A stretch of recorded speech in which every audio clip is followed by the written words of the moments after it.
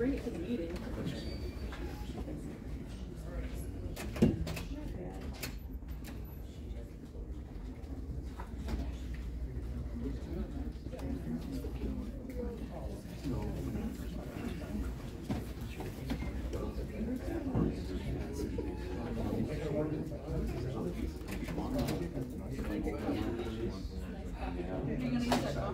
Do you want to use it like a copy?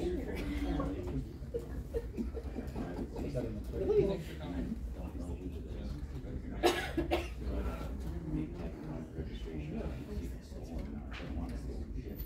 Just take a picture of it. Send us to me. Somebody sneaks in there. It's pretty natural. I was walking my dog this morning.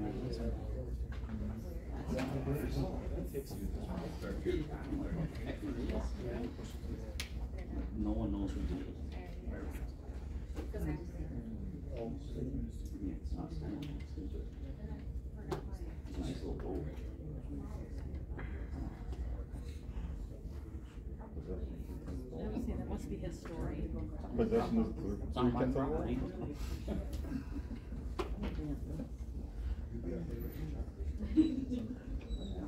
I'm just gonna.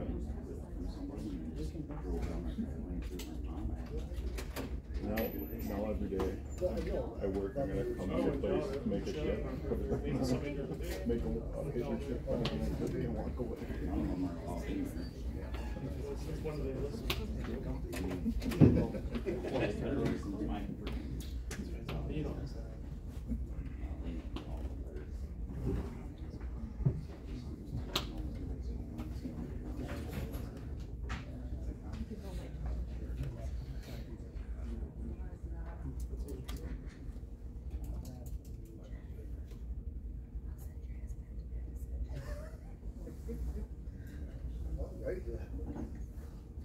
Yes, ma'am.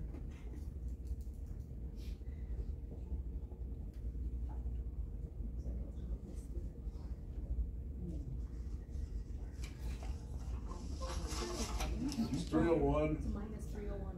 I'll call the personnel meeting to order. Has everybody had a chance to read the minutes of the February 15th, February 1st, both meeting minutes? Motion's been made to approve the minutes as presented. Is there a second? Seconded by Mr. Caleb. Is there any questions or questions? None being heard. All in favor signify by aye. Opposed, same sign. Public comment. Is there anybody who'd like to speak in public comment?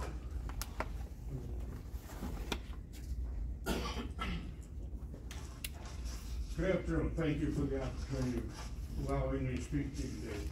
I come here wearing two separate hats today. First is the Vice Chairman of the CJCC, the Criminal Justice Coordinating Council, and as a member of the Recovery Court team. During the CJCC meeting on January 25th, it was voted that you recommend to appoint Drew Capel, sorry, I messed that up, as the interim recovery court coordinator and to begin the hiring process for the full-time coordinator. I know over the past year there have been concerns regarding recovery court that had to be worked through. And I believe those concerns, for the most part, have been resolved and it's way past time to move forward. Members of the team who have stepped back this past year are willing to resume their work on recovery court. You have before you today an agenda item to fill the interim recovery court coordinator position, and I hope to move forward to hire a full-time coordinator. I have knowledge there are several applications for participants waiting to be submitted from private attorneys, Department of Corrections, public defenders. The only holdback is the failure to appoint a full-time coordinator. The Recovery Court program is a good program, not only for participants, but for citizens of Rusk County. It serves not only the offenders, but their families, their children, human services, and the public. We have heard testimony during past meetings of how this program has actually changed lives.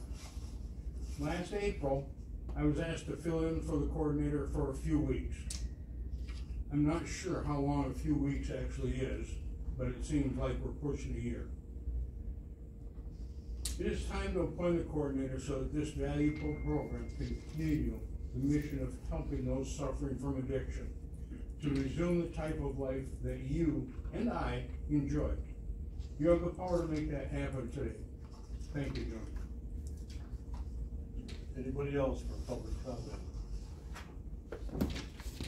Anybody else would like to speak?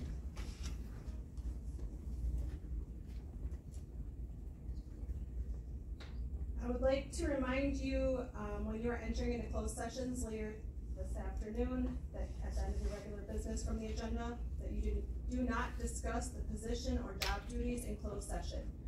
Closed sessions are only to discuss the performance of a specific person in that position. However, when discussing what you believe should be the duties, how they are to be carried out, how long they take, etc., those are not closed session items, and that is required by law. You must discuss job duties of the position and propose changes in open session for the public. Only the person and their specific actions can be discussed in closed session. Job duties follow the position, no matter who is employed by the county for that position. And closed session is to handle the employment issues that arise for that specific person, not to discuss what a position is supposed to do. Thank you. Anybody else for public comment? Anybody else for public comment? I'm being heard. First item on the agenda is a closed session. We would entertain a motion to go into closed session. Motion's made. Is there a second? Second by Mr. Meyer. Jonathan? Yes. Mr. Meyer? Yes. No. Mr. Caleb? Yes. And yes, we are now going into closed session, Wisconsin State Statute 19.85, para 1, para G, conferring with legal counsel for a governmental body who is rendering oral or written advice concerning strategy to be adopted by the body with respect to litigation in which it is likely to become involved, to discuss the status of the records requests submitted to county board members, the discussion with counsel for the requester, and strategy for additional responses. We are now in closed session.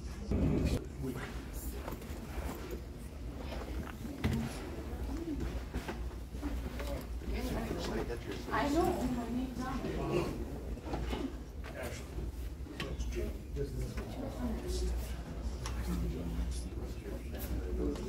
Oh. That's presentation.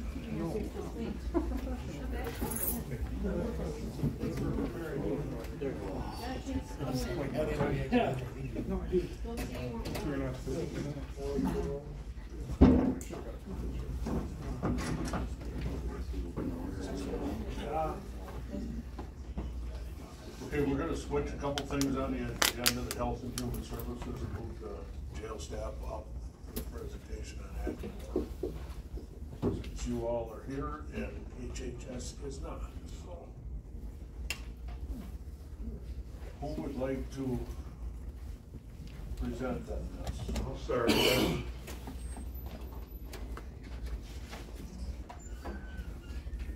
Good afternoon, everybody. Today we're here, in front of this board, so we can talk about Act 4 protective status classification for the county jailers. But before I get into that a little bit, I want to talk about myself a little bit here. I've been here for a while. I work up in the jail, been here 25 years, sergeant for the dispatch jail. I've been here when we all were protective status. Again, I started in '99. I believe it goes way back into the '80s that we were all under this situation. That was many years ago. Fortunately, it's been over 20 years now that we've all been doing this. I mentioned until 2016, 2011, Governor Walker signed a bill which now people know as Act 10.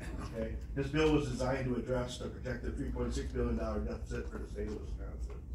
The bill targeted a lot of employees and their benefits that they received. These counties took these benefits away from us, our county jailers.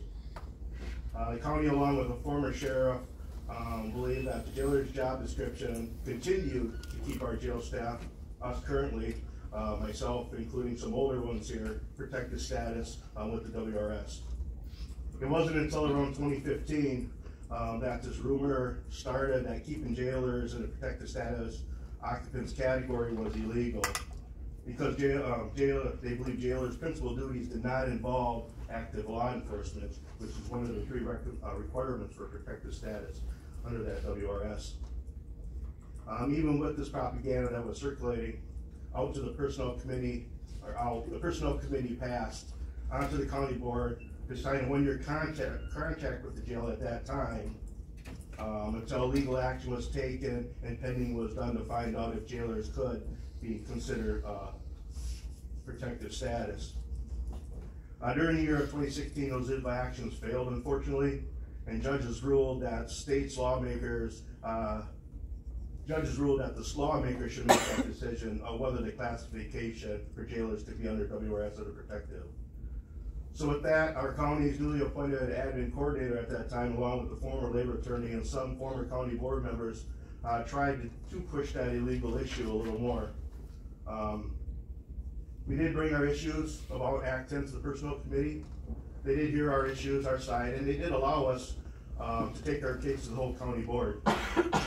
Myself, along with my co-workers, and many other prominent people, like former Sheriff Dean Meyer, former Sheriff Walczak, and the late former Eau Claire Sheriff Ron Kramer, Assembly District Representative Jim Edming, to name a few of those, and a lot of other supporters came and talked on our behalf to the county board that evening. With all the information that was provided by both sides to the county board meeting, the county board decided that the law was vague on whether jailers' principal duties involved that active law enforcement. The county board did not favor for us because I believe they were nervous due to that word passing around of illegal that was thrown around by the labor attorney and their supporters. So the county board did decide to leave it up to Wisconsin lawmakers to make that determination. Then again, that was in 2016. The county decided to place in our contract on January 1st of 2017 that the jailers that were classified as protective status would stay, and those hired after that date would no longer be. They would be classified as a general employee. Now we jump ahead 7 years. On March 23rd, or March in 2023, excuse me, Governor Evers signed Act 4. That created a new classification, which is Category 43, with the Wisconsin Retirement System, allowing county jailers protected status without making a determination that the principal duties of an employee involve active law enforcement, who were not considered protected status after January 1st of 2024 to be able to opt in or opt out of that classification. Governor Evers did sign a press release that state that Act 4, which will classify county jailers as protected status occupants under the Wisconsin Retirement System, similar to the state corrections officers and other law enforcement agencies. This will help attract and retain local county jailers to ensure, again, that we're the same benefits provided by the other individuals with protected status under WRS. This will affect current jailers hired after January 1st of 2017 who are currently classified as Category 30, which is general employees with the WRS, and new jail staff hired after January 1st of 2024. Employees heard random information that the county would not help with this additional percentage that this new Category 43 allows the jailers opt to be classified as protective occupants in the WRS. I did attempt to get financial information from the finance director on how this would affect an employee at our current rate with their average 96-hour pay period. The financial director rejected my request and stated that the finance director, the administrative coordinator, will talk directly to the affected employees. The affected employees received an email from the admin coordinator. They will be having a meeting to discuss this issue. That meeting took place last month on the 12th of February. This is only 16 days from the deadline of the March 1st. These current employees had to make this drastic financial decision. The information provided at this meeting really upset these employees, placing them in an impossible position. We were told that they did not have any power in this decision. My argument is to you, this committee today, that I have reviewed both the personnel and finance committee meetings minutes prior, and I have not looked at anything that shows that the county administrator or the finance director brought up this issue to the personnel committee and how the committee would want to proceed with this new classification for employees the county jailers hired after January 1st, 2017. The finance director is correct about this power she was referring to. It does not belong to me, nor does it belong to the administrative coordinator or the finance director. The power belongs to this committee right here, the personnel committee, to determine by listening to both sides and weighing the positive and negative effects it would have upon the individual employees and the county. This committee's decision should have been made and then sent to the county board for approval, and also would have given these individuals the opportunity to stand in front of the county board and give this information to them. The two individuals, the administrative coordinator and the finance director, should have not made this decision about how an employee would be reclassified and the financial obligation for each employee without employee's responsibility would be. This is unacceptable, and has truly made the employee feel very unvalued. The new category within WRS and the financial obligation that is part of it not or cannot affect any other employee except the employee who is employed as a county jailer. In closing, I'd like to say it's been a long 14 years since Act 10 was signed and the lawmakers finally making a decision on protected status for county jailers. I believe these individuals are due the same benefits that are given to the employees like myself prior to 2017. This benefit that the county offers, and by paying the benefit, helps attract and retain quality individuals looking to work into a law enforcement career. Yes, not all counties pay for this benefit, but we're not like all other counties. We are small. It's hard to bring individuals here, and if the benefits are not better than other jobs outside of this facility or inside, like law enforcement, people won't come. I know that the county is looking to build a new jail facility, which is a great, and trust me, it is needed. But this multi-million-dollar facility going to be without anyone wanting to operate it, because county jailers are able to be protected and receive that benefit, but two individuals made financial impacting decisions which affects current and future employees without the committee's approval. The financial impact to this county by paying a small group, I'm saying 9 people, 10, of the county jailers protected status that are here wanting to work for Rusk County, and placing them in a financial burden and forcing them to leave or find better financial futures. I appreciate your time. Thank you. A chance to rebut. This was not a decision made by me or the administrative coordinator. This is a decision to be made by the affected employees. The decision to become protective or stay general is their decision and their decision alone to make. So we had advised against providing an incentive to opt into that protective status, because then it's no longer a choice for the employee to make. Also, these employees do not have collective bargaining power. So any incentive given to them would be like giving an incentive to one group of employees and not the rest of the general employees. We provided ample information as far as what the impact of this was. We offered to meet with the employees several times. What's on an individual's paycheck is their business. Their individual tax withholdings are their business, nobody else's. So we wanted to make that clear to them and show them how this would impact their check specifically. Most of the employees did not want to come meet with us, so the sheriff graciously held a mandatory meeting, which is the meeting that he was referring to that we did have in February. It did come to personnel, or was brought up in personnel. It was brought to personnel, yes. In the February meeting, if I'm not mistaken. Well, it's in the draft minutes that we just approved today. It says, Sheriff Wallace is requesting county to pay a portion of or all of the contribution for protected status for jail dispatchers not covered under union contract keeping Act 10. Discussion held, no action taken. So by taking no action, we basically denied that.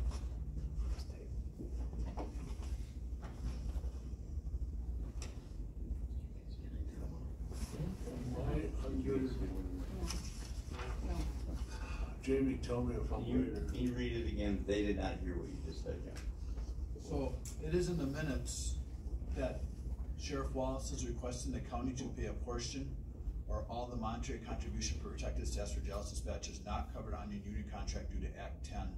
Discussion held, no action taken. I should have read Act 4, but. Yeah, we should. Yeah.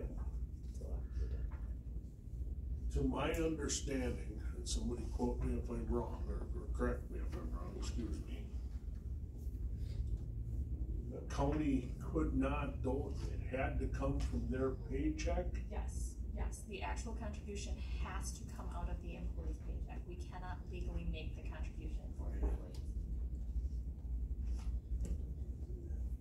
Thought that's the way I understood that. Yes, that's correct. My son, if he would have been in it, 14.3% of his income was already been taken out of that. Okay. He had to bow out. You can't afford it. By the time he was done, he went home with like a $500 paycheck. It is a huge financial impact, and that's why we wanted to make sure that the employees were aware of that. And I spent a lot of time putting together the calculations, and some of the employees were very appreciative of it, others apparently not.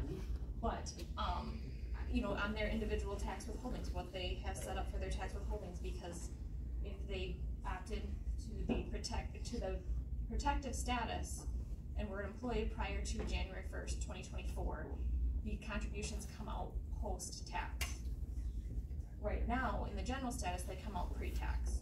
So if you had 20% of your paycheck coming out for your federal and state taxes, and you previously had $200 coming out per paycheck for your general status, you would have another $40 per paycheck coming out just for taxes, let alone more than doubling your contribution into the system. So I wanted to make sure that employees were fully aware of that, and that the decision is retroactive back to January 1st, so there would have to be catch-up deductions taken from those employees, and we're not required to allow it, but did allow to spread that over 3 paychecks to help soften the blow.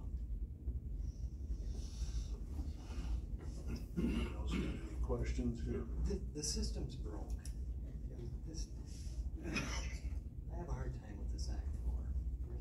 Nothing we can probably fix today, per se. The system was broke. The state screwed it up, of course. They put their fingers into it and it all went to hell. So. The first time that's happened. Right, I don't. The county's not gonna fix this on the net. Well, no, and we're not the ones that put it on for the employees. Correct. It's the state I that feel puts it that out. there's something down the line or something we can do eventually. I don't know. We need to sit down and have a long discussion about this to decide where this is gonna go. Where does the officers that were prior to this, that are in a protective status, They're not affected by this. I understand that, but where does that contribution, is it pre-tax on them? Is the state Yes, it's paying part of it? pre-tax, and the county pays the 14.32%. Okay, Very, she'd like to speak. go ahead. Hi, thanks for hearing us out today.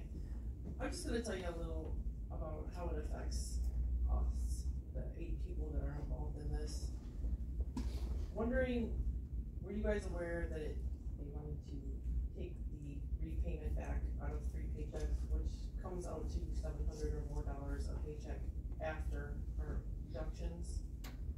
So basically, that leaves us with no money for 3 paychecks. So financially, we were forced to opt out of Act 4 because nobody can buy groceries, pay their mortgage, pay their car payment, just even gas to drive back and forth to work at that rate. Was it ever presented to you as to expanding the payments out over time? That wouldn't be us anyhow, that would be finance. And to be fair, the reason we picked 3 pay periods is because that's how many paychecks they were behind on their deductions by the time were able to actually start taking it from their checks because they had until March 1st to opt in or opt out. So the state is the one that had said, hey, no changes take effect until March 1st or after March 1st. So then it was retroactive back. So it was 3 paychecks that they were behind, so we had to double up on 3 paychecks. That's what we typically allow 2 paychecks to catch up on back withholdings for health insurance, dental vision when a new hire starts. So, and there was no requirement that we allow a more extended period of time, and this is money that's due back from January 1st through essentially February 15th payrolls. So, if the county doesn't collect it and somebody leaves, we're on the hook for that. So it's over $2,000 though coming out. Right, which is what 6 weeks.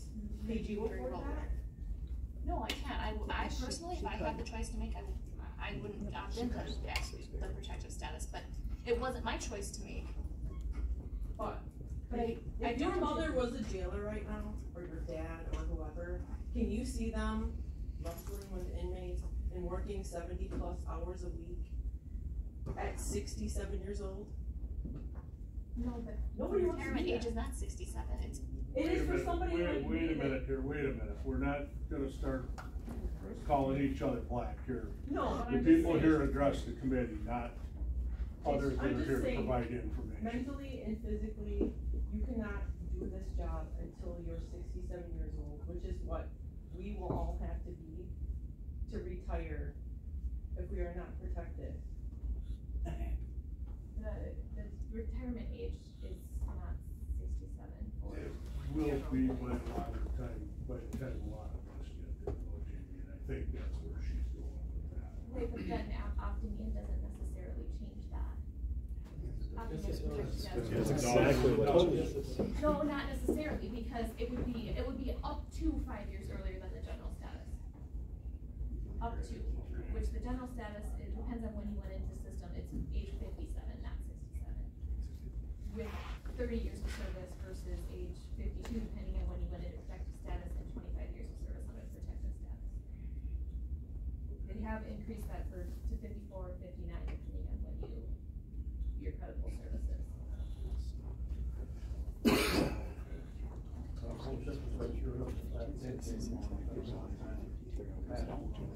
And that, I don't disagree with. This is exactly why they want to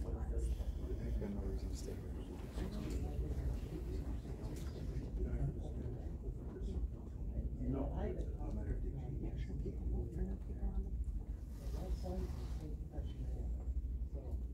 I'm telling you, the system's broke. You're sending a lease to the town. They have to pay tomorrow next week, but it's something we need to look at. They really need employees. Because when I was up on the 3rd floor and I was sitting here, I sure tell you we live up there. And then we locked in 12 hours after it. I get 6 to 2. When you come down after a 12-hour shift, you work like about 4. That's how hard it is to that.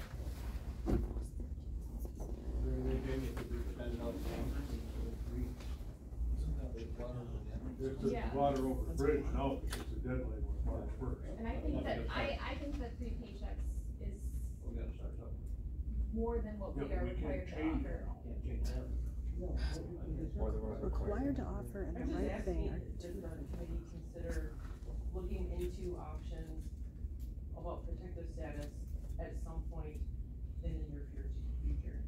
Just to hear us out, that kind of thing, because it does affect a lot of us. We are losing people, we already have 2 people that are leaving now since this to go different places. So that's gonna require all of us to work overtime, which even now, our days off are not our days off, because you have to be available for this job 24/7.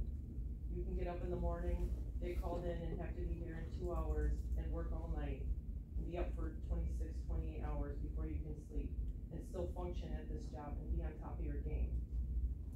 I'm just asking that you guys revisit this and look into it a little bit more and see if there's anything that can be done. So missed this on February 1st, so is this a yearly thing, this open No, enrollment? actually, for, what is it, Once 6 or you 7? opted- We opted out because financially, there was no way any of us could afford that. So, anytime that you work for Rusk County in the jail, if we were to leave and come back here, you're still opted out. I could go to another county and work, and if they aren't protected, I could be opted to be protected there. But unless I understand myself wrong, there's what, 6 or 8 of you that There's just, 8 of us, there will be 6. okay, they are, for working for Rusk County, Jim, they cannot get in ever again. But a new employee, Unless the county board would opt to classify us as protective status and equal as the grandfathered people. okay, that I guess I don't understand how that works. That portion of it I have for the county to do that, I don't know. We can work on that. Not to say it's something that can't be looked into, but my understanding is now a new hire still has the opportunity, correct? Yes, Okay. 60 days. 60 days, And they wouldn't have to do a repayment because they're fresh on the block. okay. Well, that's not necessarily true, because if they don't make their decision from day one, we still have to figure out how we're going to,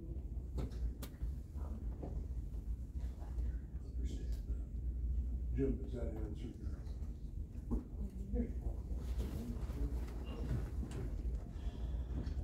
So Terry, I guess, what they're asking is that, are you willing to have some discussion on this?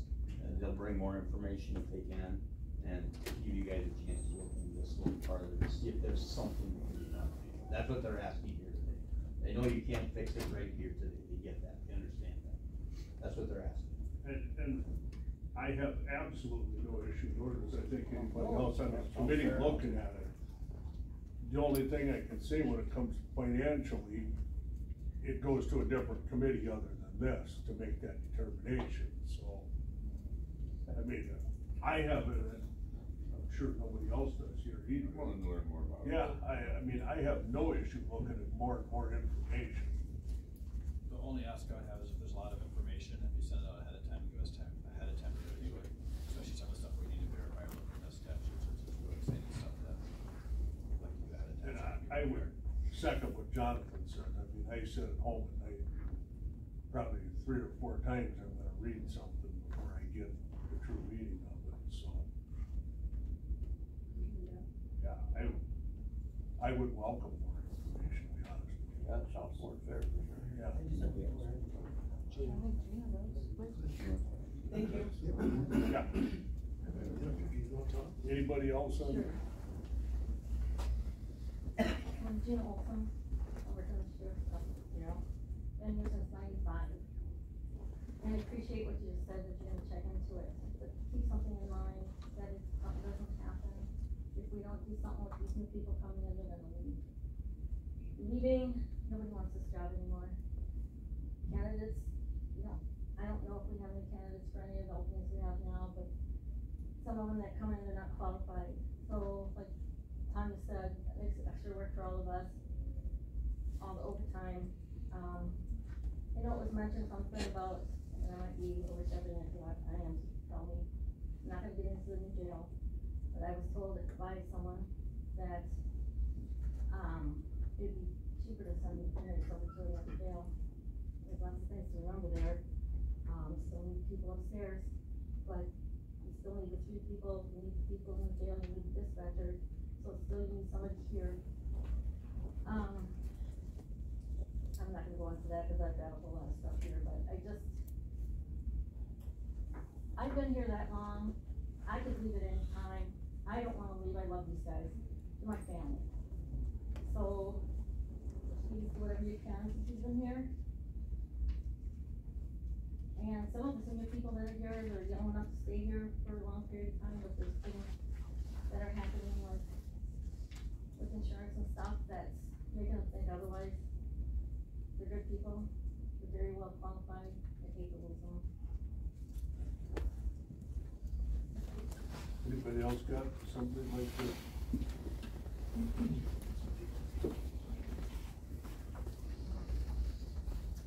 Hi, my name's Julie Wilson. I am in jail and dispatch. I've been here about 4 years and 8 months. I don't have anything new to say. I just thought I'd tell you from my viewpoint what this has done or how it impacts me. Since I started in June of 2019, we have seen 13 people leave. And it's just like this revolving door.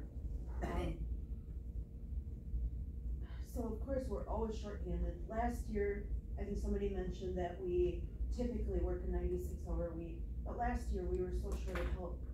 I worked between 24 and 48 hours of overtime every pay period. And so the thing with Act 4, I opted out because I can't afford it. Some of the cost was for the end of this month, for the second pay period, they would have taken out, I believe it was over $700, $2,100 between the 3 pay periods that were going to be retroactive back to January.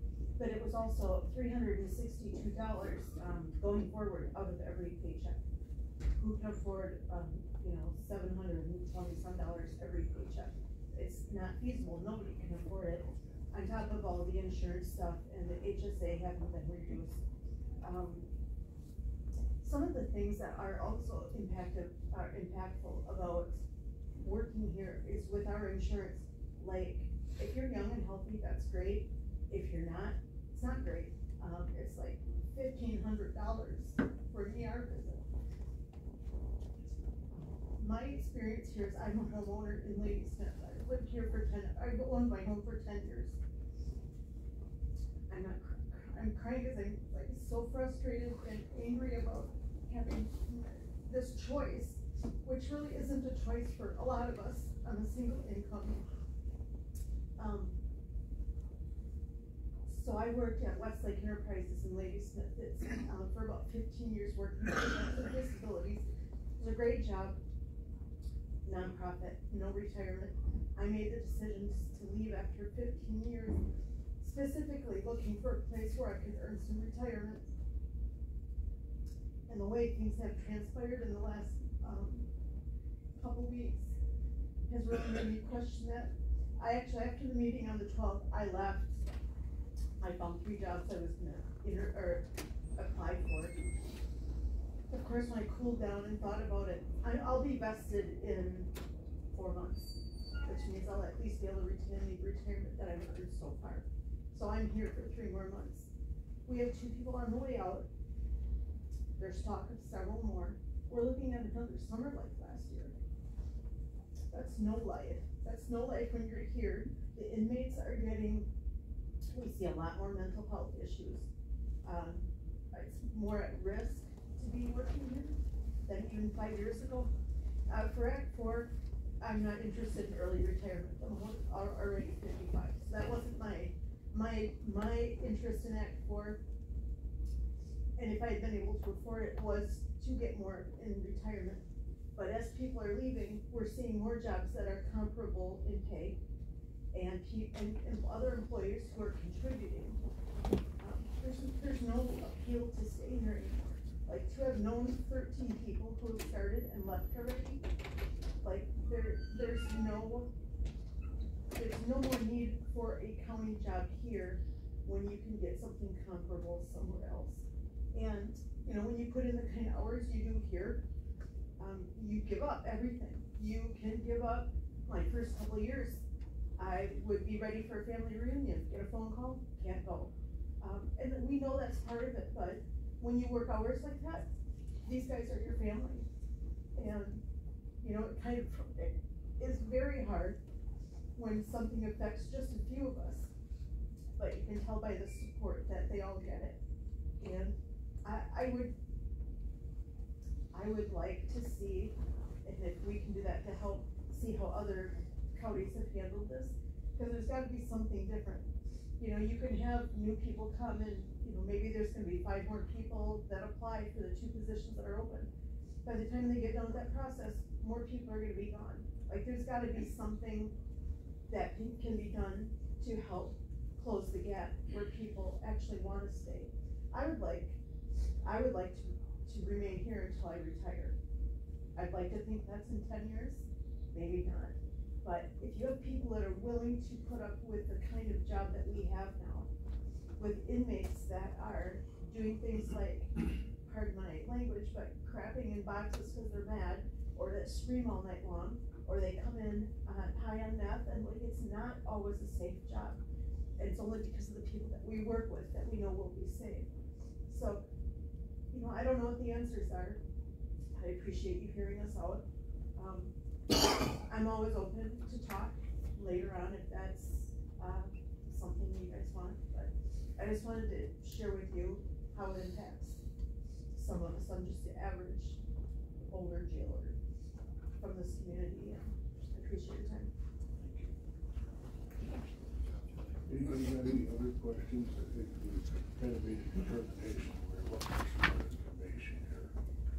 I'm Jane Petek. I've been in this position before, a few years ago, so I know some of you. Still fighting for protective for our jail staff. I'm a member of this community, worked here 26 years, will be 27 in May. Over half my life I've spent up in that jail. I've sacrificed a lot.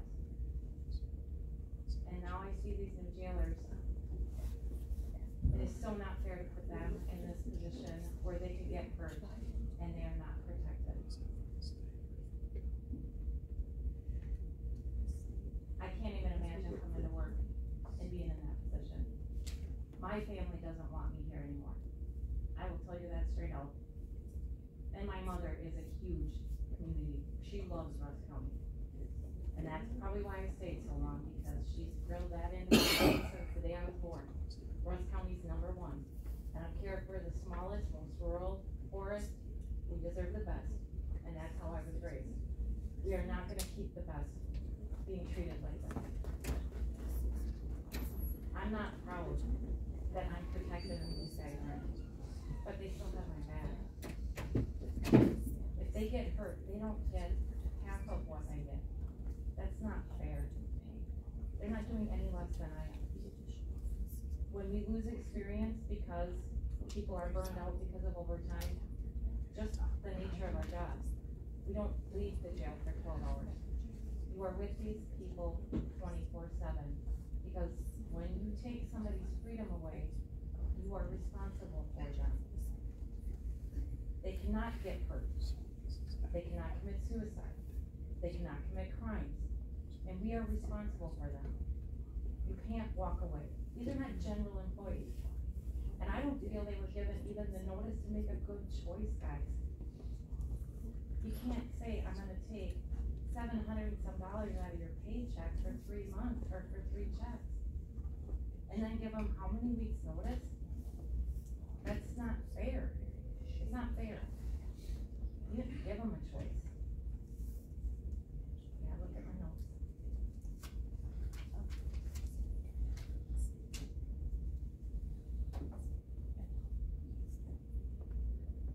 We have people that have started here from other communities that were jailers in their community.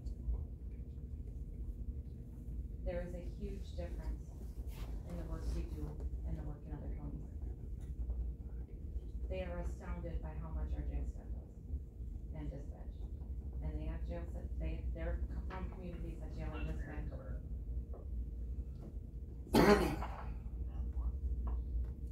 I just feel like we gotta make this right, guys. Something's gotta be done. I can't replace experience. I can't train experience. I can't train how to talk somebody down that's high on meth. That takes years. I can't train somebody. There's not enough time. We're losing people faster than they can get enough experience to be really, really good deputies, and they would be if they would stay. I almost feel like you're forcing them out the door. And our community deserves good jailers. People have family members up there. They deserve a good jailer, not somebody that started 2 years ago but has worked so much overtime and is running around and can't even think. I I have newer people that are more burned out than some of our tenured people.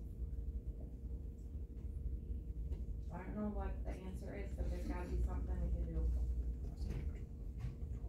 There's gotta be something. But I really think the people of Rusk County is, I mean, they're very supportive of us. Very supportive. I know they are. I can't walk outside without waving at me, saying hi, can I talk to you about this? That's the kind of policing I want in Rusk County. Not a new person from out of county that's not gonna stay for 2 years and then go get their experience and go somewhere else.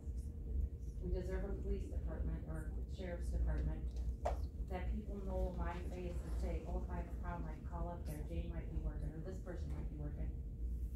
Even our inmates are like, I don't know who to talk to because our older people are leaving, there's not very many people left. There's gotta be some sort of answer here. That's all I got. Jeff will work with somebody to get us some more information. Anybody got any more questions? Thank you all. As I stated, we will get some more information, and it's not gonna be solely a decision of this committee, because some of it will have to go other places, but we'll take a look at it again. Thank you. So, thank you for coming. Thank you. Thank you. Thank you.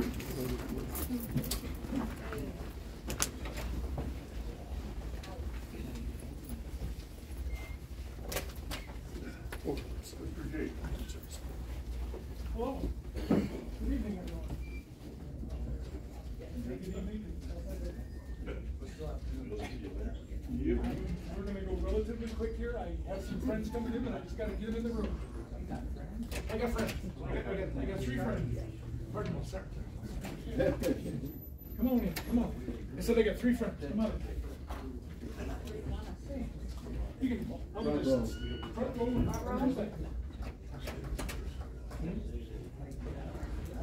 Okay. You guys ready? Sorry, deep breath. Okay.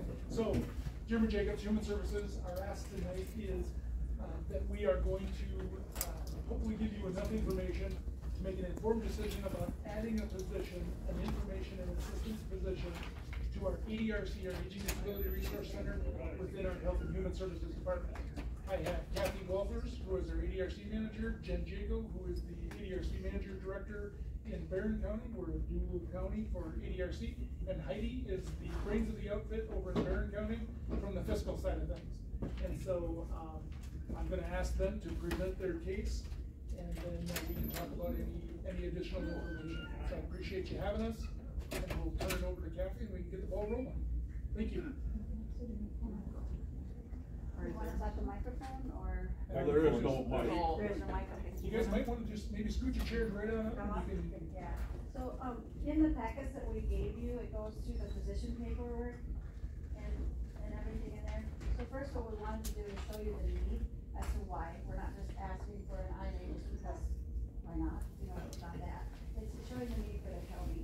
So, if you look at effective January of this year, we got a new allocation from the state that's renewable, that will be ongoing.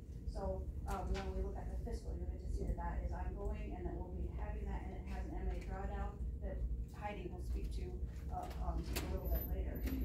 So 80% of the work that the person is doing is working directly with elderly persons, or people with, as it says there, physical mental illness, all that kind of stuff.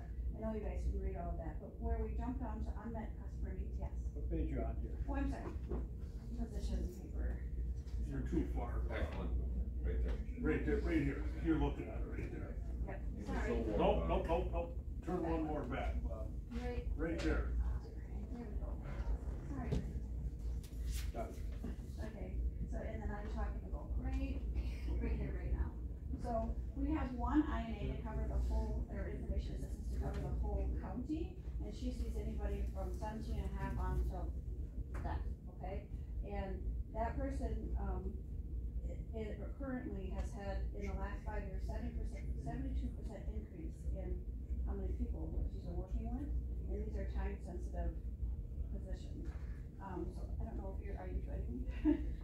So the opportunity, so with that, so that shows our need there, but then things that we would like to be able to do that we're required to do more of, like the memory screening, follow-ups, outreach and advocacy are things that we've had to kind of scale back and not do too much of, because we have to get the other things that they're required. And then here for number 3, it says fidelity requirements, things that have changed since 2019 as far as requirements for this position. There's been a lot of changes in what they can and can't do.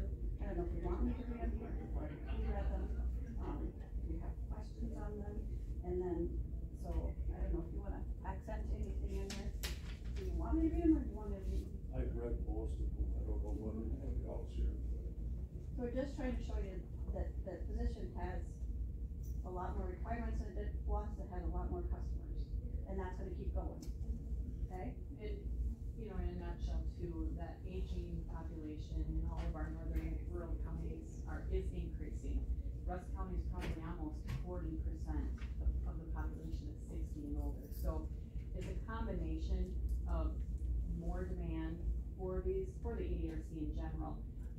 And then we're seeing more complex cases, and just an example of that is that as the older population even continues to age, going to work with a couple that are both in their 80s in their home, both living with memory loss, gets to be a lot more complex than maybe working with a 60-year-old, you know, in the past, some of our customers. So there's some complexities that are adding.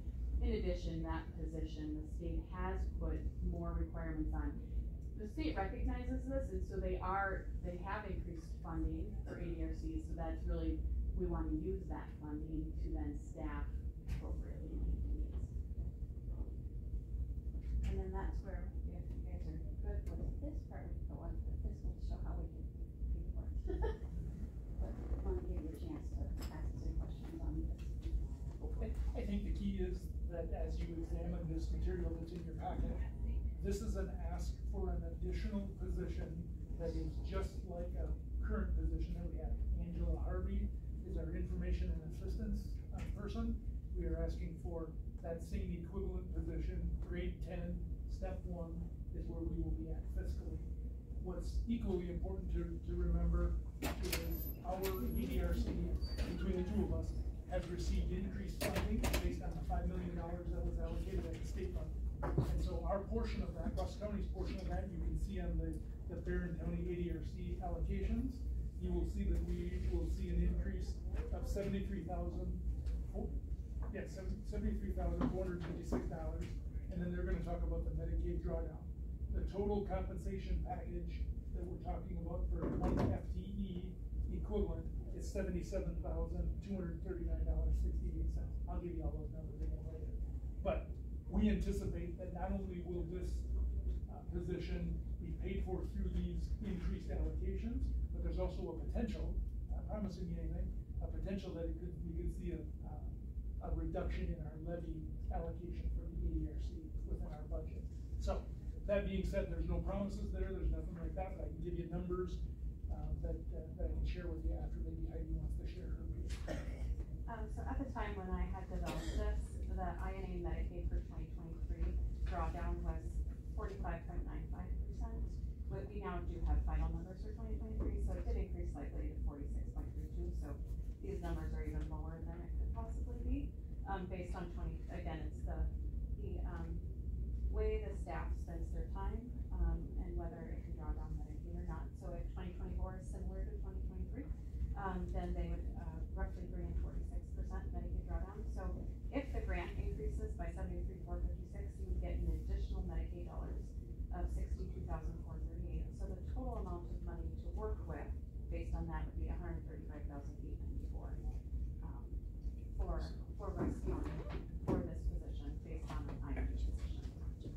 So if you take a look at that number, again, some variables there, but we had $39,000 anticipated in levy requirement in ADRC in 2023.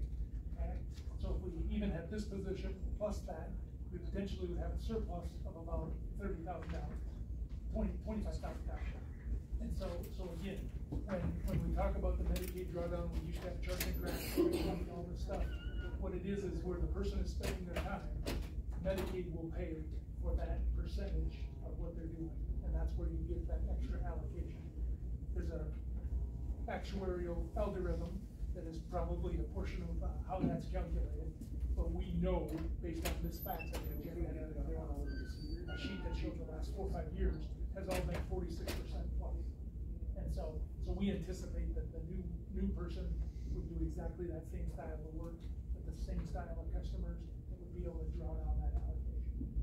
Okay? This is a graded position. It's an existing position. We're asking for the additional position to be able to meet the needs, like Kathy and Jen and Heidi have all said, is we have an aging population. Our population, based on our last assessment through our civil rights compliance plan, we are getting older at historic rates. And that is just fact. It's factual information through census. That being said, these positions that are being done in the ADRC are just that much more valuable and needed. We can give you all kinds of other answers. We can give you all kinds of other charts and graphs and those types of things. The documents that you have in front of you, there's another very key component in there. Because we're a dual, you call it a dual partnership. We're a partnership with Barron for ADRC services. We share a position. Barron County has the heavy lift of having the dementia care specialist in their house. We get $40,000. Rusk County gets $40,000 in addition that we give back to Barron County. It's on your sheet. You'll see the $40,000. That's so that we can share that dementia care specialist. They are very nice to let Trish come over and spend her time with our dementia population, and so we contribute that $40,000 towards that position. What else am I missing? No, that's good. What questions do you have? I'm sure you got questions. I know, Jonathan, let her rip. So the increased grant is already given, or that's dependent on filling that position? It is already going to be given. We will see in 2024. It's already been allocated to us. As our 2024 contract, that 73,456 is also already a part of what we will see. So whether or not we fill the position, we still get the allocation, you still receive it? 100%. The 73, but you wouldn't get the additional drawdown at that, right? So beat you to the punch, I've shared with all these guys, it's very important to be transparent to say, hey, on average, the last 6 months, we've seen a $51,000 average in levy to support our ADRC budget, okay? So, very simply, this group could say, hey, that's $51,000 annually for levy. The 73 could account for that, okay? We're always gonna have levy in that program to some degree. Is our ADRC, it's staffing, it's the cost of doing business. They're likely, is always going to be some kind of levy in there. But as the Human Services Director, when I do that budget, I'm very transparent about the fact that 73,456 could wipe out that levy ask, okay? But we still have the population that we have to serve. We're already taxed as a position of our information and assistance person to not be able to serve our population. I think it's fiscally appropriate to take a look at bringing this position on board and getting at that population. Plus, that's my guess, it's levy, basically levy neutral. It would, 100%. It would be levy negative. Honestly, if the drawdown stays at what it is, we're looking at like 101,000 plus. At a low end, On a conservative. On a conservative end. The cost of the position will be $77,239.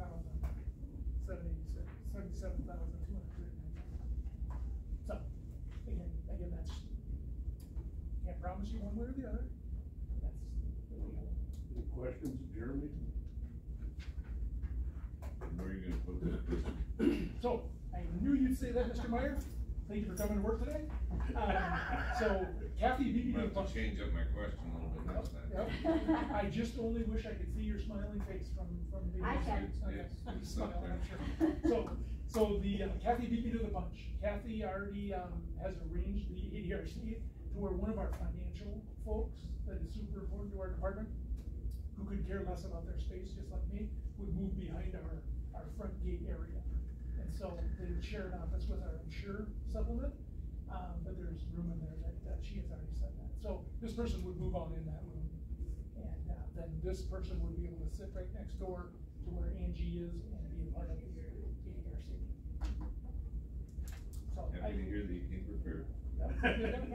And backup plan is if that person decided that maybe the insurer was just too much for them, they can have fun with this. And I will You've given away your office like 10 times in the last year. But I can move again. Okay. So I got no. This, well, it's not. Is there a broom closet somewhere? There is. I can go over the hallway with that. But I think the additional key here is that, the opportunity is here. It's paramount for services. All of our services are important, don't get me wrong, but this is one that these guys are super passionate about, and so I think it fits. We got the fiscal opportunity to make this happen. We still have to go to finance, so for those of you that are on finance, you're still gonna see us at finance, because we gotta come and really then have to talk nuts and bolts numbers, okay? Because we want you to be super informed, because we can't promise anything. However, we've got some pretty steadfast numbers here that I think we can roll with. So this grant, is that a one-time deal or is that something? No, it's ongoing. This was the whole state initiative of right-sizing the ADRCs, okay? And I think for a long time, the discussion was they're way underfunded. It's gonna be a WICSA and a Wisconsin Counties Association initiative again in 2025, in that next biennium budget, to get more, because it is widely underfunded. So, again, that's a little smoke and mirrors, because we can hope for that, but this 73 is gonna keep going. Jen will keep writing us a check for 73,000 for that. And it is called a grant, but it is general purpose revenue from the state, so grant can be a little confusing, but it's ongoing general purpose revenue allocation from the state. Any more questions? Actually, are you looking how this is all set up? I mean, that'll be kind of a financial change, right? Nope, I reviewed it during the talk. Okay. Graded position, Carlson Detman, whole words, grade 10, 10. We'll see at finance. Any other questions?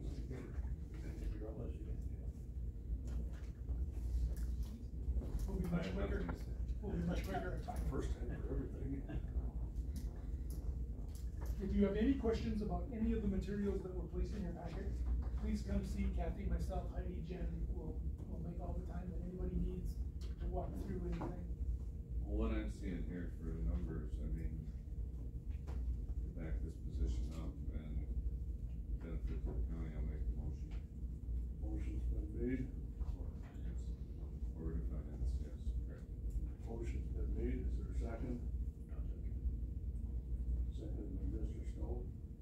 Any other questions or discussion on the motion on the floor? None being heard. All in favor, signify by aye. Aye. Opposed, same sign. Motion carries. Awesome. Thank you very much. Thank you. Thank you. Yeah, I already said that. Thank you, guys. You guys, thank you very much.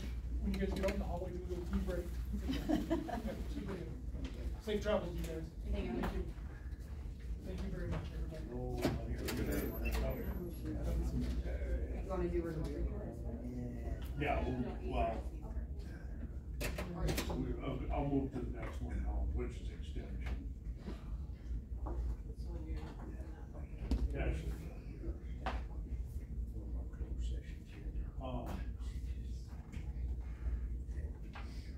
There's two of them in here, and the intern. Typically when we bring interns in, we have dollar number increase. Yes. Yeah.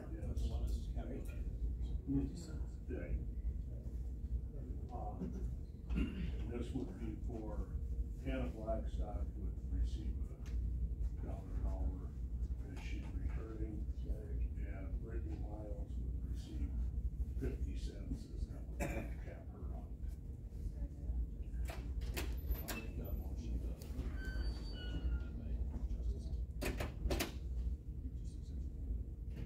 Motion's been made. Is there a second? Second, Mr. Caleb.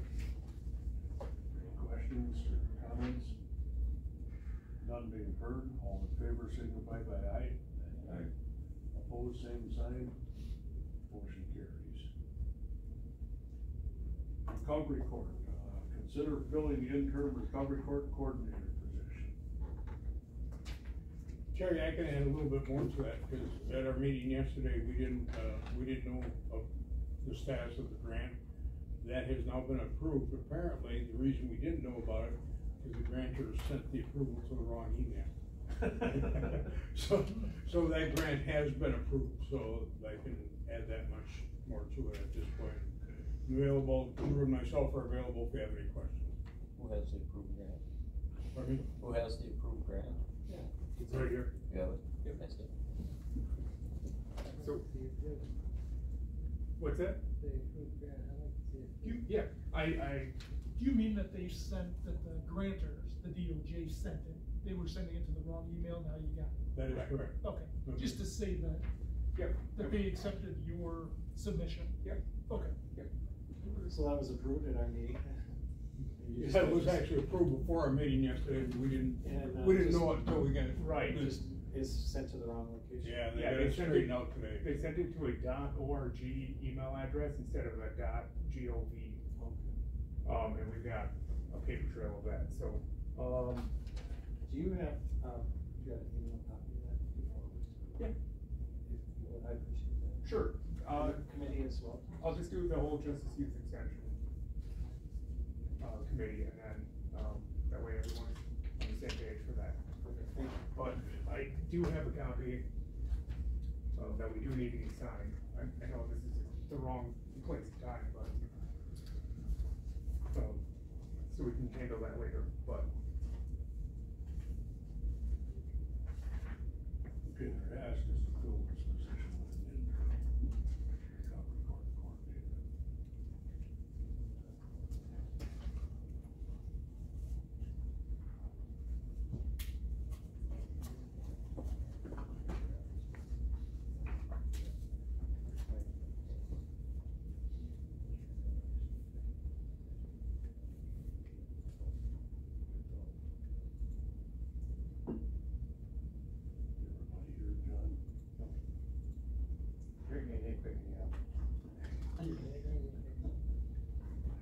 I'm not really a fan of doing it this way, because we've done this before, where interns can come out and sign the job, which will fill the position without even advertising out to give anybody else a chance to do it.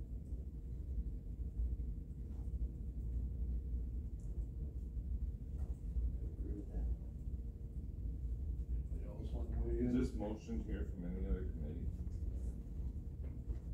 It was forwarded up from extension, basically.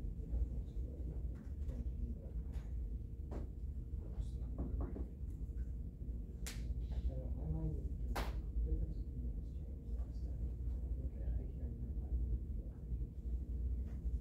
You know, if I may weigh in a little bit, we have had a de facto interim coordinator for the better part of a year. And that's been me. And it's gotten to the point now where probably it's become somewhat beyond my ability to keep up with it. So, and Drew has been handling all the paperwork with the state and all that. So that's what we're looking at this point. But I have actually been filling that position since last April. That was my request to do that for a few weeks.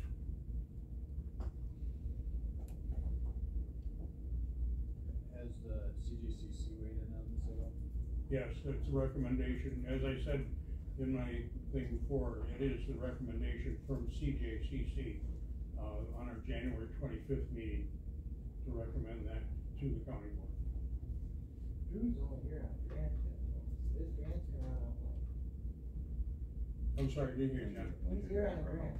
When's his grant run out? Probably midway through April.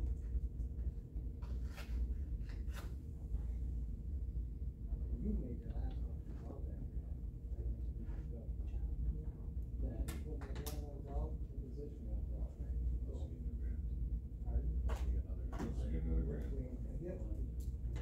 But, this is really how this is gonna backspin. You put somebody in a position, which we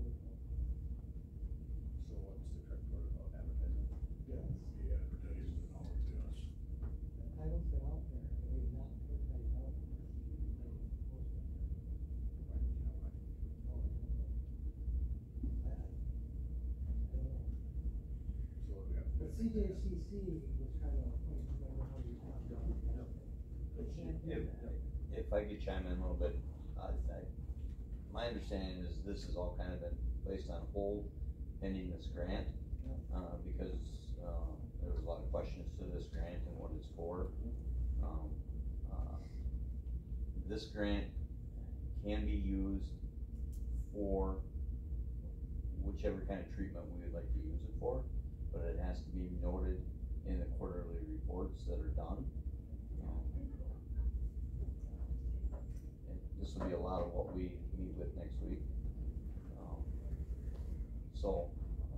There's a lot to be learned about it, but it's my understanding that, this was not gonna happen until we figured out what we were gonna do with treatment court. And so I don't know where we're at with treatment court yet, so. That's where I'm at. My opinion is Drew was CJCC coordinator. Could he do both jobs? I believe he could. Be better off to have one person than two, better for the county. But I don't know where we're at with this treatment court. We now have the grant, which I didn't know about until they just told me this. But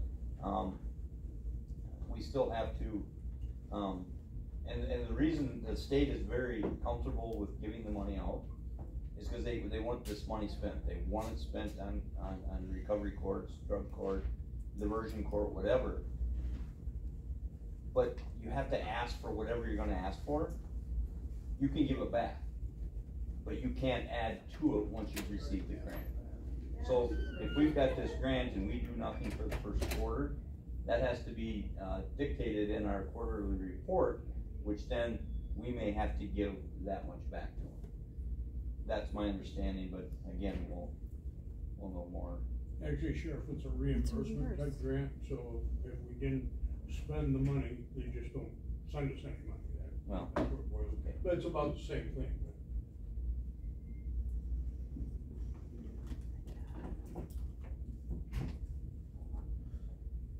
And who did they have in mind as an interim? For now? Yes. I think Drew would be the likely candidate for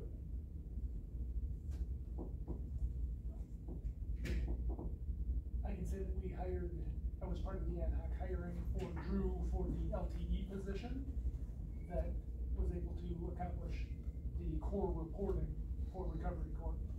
And so Drew jumped in, learned the system, pilfered through 8-9 months worth of binders to get the information that is needed for core assessment, core reporting within the granting system. So he did a nice job with that. He was multifaceted and multitasked through that process. I don't question Drew's work ethic. Yeah. I don't question that at all. I've heard nothing good about, I've heard everything good about Drew, nothing bad. That's not an issue at all. I think the matter at hand, I think the sheriff was alluding to this, is that a bunch of months ago, the district attorney's office, the sheriff's office, withdrew from participating in the recovery court. Since that time, the recovery court has continued.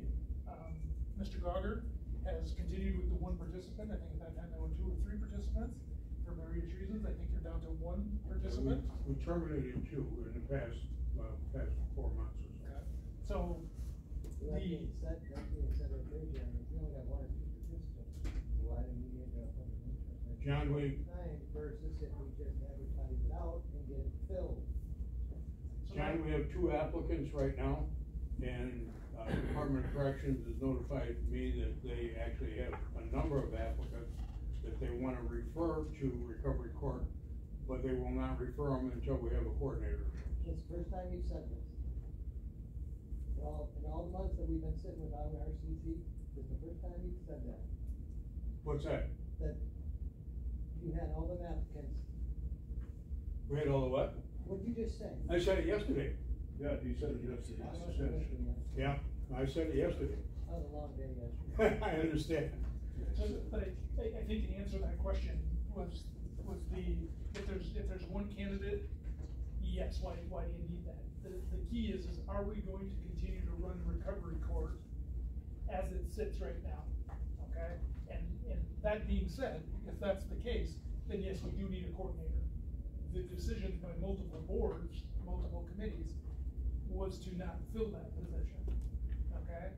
And so I came to a bunch of meetings, and we talked about a lot of things at a bunch of different meetings, and with the sheriff's office and with the DA's office withdrawing from that committee, the discussion never went anywhere as to, are we going to recruit for a recovery court coordinator?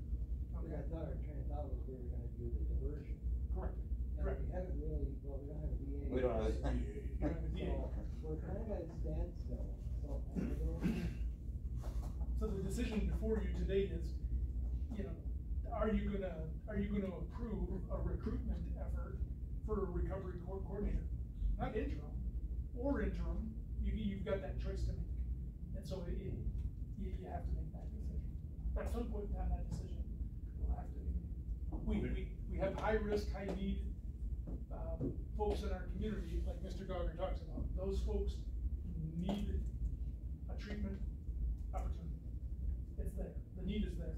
So what we're putting in until we get a DA, figure out if we're gonna go through recovery court. What are you gonna pay for them? I don't know. Has the grant been accepted by the county? It was accepted by extension. It isn't signed. Extension accepted the grant? I didn't. I thought this program was going to get relooked at through HHS. That's part. It seems like, I mean, I heard during numerous meetings that we had some fixes to do to it, but I'm not seeing any fixes. I'm seeing, we're just gonna go back to the status quo, same old crap. Yeah, the whole. Because I saw a lot of money wasted out of that grant last year. We made it very clear that any money will get prior approval on that, and Drew's been pretty good about communicating with us, so. And I think part of that also got lost in the blues of the DA too, and everybody back on the program was working and kind of got hung up, I think. I'm not saying that is exactly what happened. I believe the committee has approved me from our department supervising the coordinator only. So Okay, that's where it was going next, so that was. Yeah, so that's been the case, but Mr. Gogger is very self-sufficient, and so I have had to give him very little direction. And so he's got that with the one customer, and it's still a collaborative effort. We're still participating with that. Cause I'm not against the program. I'm against just having a program to say we have it. And if there's gonna be a whole bunch of things that are dysfunctional within it, then it's a waste of time, in my eyes. Mr. Meyer, if I might address that, I think a lot of the things that were dysfunctional no longer exist. When it was going on, there were some individuals that challenged that. Mr. Jacobs had a couple people there, and I spoke to them, and they are more than willing to come back to the program. I've discussed it with Melissa and Lizzie from Department of Corrections. As soon as we get a coordinator in, they're back in the door. Not only will be sending referrals in, but they're back in the door. I don't believe it was as dysfunctional as a lot of people were led to believe. Give you a little update on our one participant right now, and Mr. Jacobs will affirm this. A year ago, that particular individual was an absolute wreck, could not even communicate on the most basic level. Children were in foster care, 3 children, and I'm assuming there's considerable cost with that, I don't know. This person now has a job, works for Rusk County as a matter of fact, is doing extremely well, has been drug-free for over 150 days, completely drug-free, productive, working, has joint custody with the children again, they're back out of foster care. We can do that with other people. We've had other people in the past that have successfully completed the program, are now productive, employed people in Rusk County. Have some failed? Sure. It's real hard to overcome addiction. Just like Heather, with the best cancer treatment in the world, are there people still dying from cancer? Sure, but there's a lot recovering also. And think the biggest obstacle going forth is, you know, the sheriff would have to give his opinion on this, but I don't know how it works with no district attorney, active district attorney, how referrals are accepted, denied. I don't know what has to happen from a legal standpoint, but the need is there. But we need everybody at the table like we used to have. And for it to be a successful recovery court program, everybody has to be at the table. No drama, needs to be at the table. And so we got derailed for a while. So I don't know what the sheriff's position is. I'm not gonna talk for him. And there's no DA. And that was kinda, I guess that was a question I was gonna ask. How does this operate with no DA? I can't answer that. I'm sorry, it's not a requirement to have the DA as part of the drug court team. The drug court team operates solely independently. District attorney, a member of the district attorney's office is encouraged to be on the team for input, but it's not a requirement. I thought that's where the referrals came from. But referrals come from Department of Corrections, private attorneys, and the public defender's office for the most part. I'm sorry, go ahead. Just understand this, it requires these people to make the drug court, the sheriff's department, the DA. That's all listed as part of what has to be part of the drug court, correct, or not? I think, Sorry, go ahead. I was gonna say, I think the statute is they need to be on the CJCC, I think. I think to answer your other question though quickly about I don't know how a participant, even if they're referred from regardless of who, their judgment of conviction, and I'm probably saying this wrong, their legal status somehow has to be tied to the fact that they're going to participate in recovery court. I don't know that function. It has to go to court, it has to be granted by court, and you're gonna need the DA to agree with,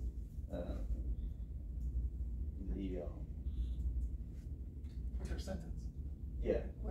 Whichever. The agreement that would happen. And I will certainly agree that Rich has done this very well and carried this program along. I am gonna disagree with him on the dysfunction of this court, of the drug court. That's why we're not there. And I think that you guys have discussed this numerous times and you know what the issues are. No need to throw them back on the table here. What's your recommendation going forward for just today and going forward to get on track, or is that wait till we get a DA? I mean, I don't understand how we will get more people into drug court. I'm 100% for drug court. If we can get the people on there and we can do it the way it used to be, back in the day when I first came on board in 15, for several years it ran pretty good, and then it imploded and went downhill. And yeah, no, I would get back on board once I understand where this is going and what direction it's going. Until then, I am not getting back on board. Why would you not get back to the table and talk about it? See where you wanna go with it, like what you said, get everybody at the table and talk what you did. Can't just start there. Well, I'm here, correct me if I'm wrong, anybody here. I'm not so sure we can do anything without knowing whether any of this can operate without a DA in place. Okay, so let me do this. I ask that you table this, and I will work with Drew and Jeremy, and we'll find out what do we gotta do to go forward with this to make it the right way. Or, I mean, we talked about alternate plans too, I mean, I think keep that. I We can't talked hear about alternate plans to keep that in your mindset, what, either making this. Correct. Or, on which way we gotta go. yes. Any which way to help the people. Whether it's the drug court or it's alternative. How many people are on the CJCC? How many people are on that committee, roughly? 12, 14? Yeah, there's a statutory list of 12 or 14, give or take. And then there's community. This seems like this whole program is really heavy. And what I mean by that is, we've got CJCC involved. It's $160,000 grant program. Then it goes to extension. I mean, it just seems like there's a lot of people involved for 2 to 4 participants. CJCC is not an oversight committee. No, I know, but they're involved in this, The correct? Am I understanding CJCC it is correctly? there to make recommendations to the county. They're Across all. across everything. Across all. It- criminal Not just CJCC for this. isn't drug court. CJC Okay, is not cause I that. just kept hearing the okay? name come up in this, and I haven't heard it nowhere else. That's been a big topic in CJCC for a long time, but that is not what CJCC is for, okay? The county should receive a letter, backing something else that we were doing. But that's what CJCC there, it's a collaborating effort to do things that we feel are good for the county and the county, should support, and whether we support it or not fully. That's absolutely correct. It encompasses So the in entire all program. honesty, I'm gonna ask you guys, cause I'm gonna be stupid here, but is CJCC helping this process or hurting it? No, I think I don't think they're hurting it. Okay. They're listening. I think over time, and I got off of that for a while too, because it seemed like it was just a redundant every month. And, I'm back on, and I think that there's decisions been made in the last couple months that have really changed things. I became chair of the committee, and I'm making it a very big point that we discuss only what we need to for the better of the county. It seemed like for a long period of time, it was all about drug court and how to fix drug court and what to do with drug court. But that's not, the youth extension is the oversight, is that correct? That's where all the issues should be at, not at CJCC. They could come to us and explain what they're looking for, what they need, and if the committee of CJCC feels that it's worth saying, yeah, we'll back that, we'll go to the county and say, hey, this is what we think it should be done and why we think it should be done. Is that correct? Correct. And I think national standards of CJCC determines that it encompasses the members that should be on it are those that are involved in the criminal justice, sheriff, myself, Department of Corrections, a lot of those get involved with CJCC.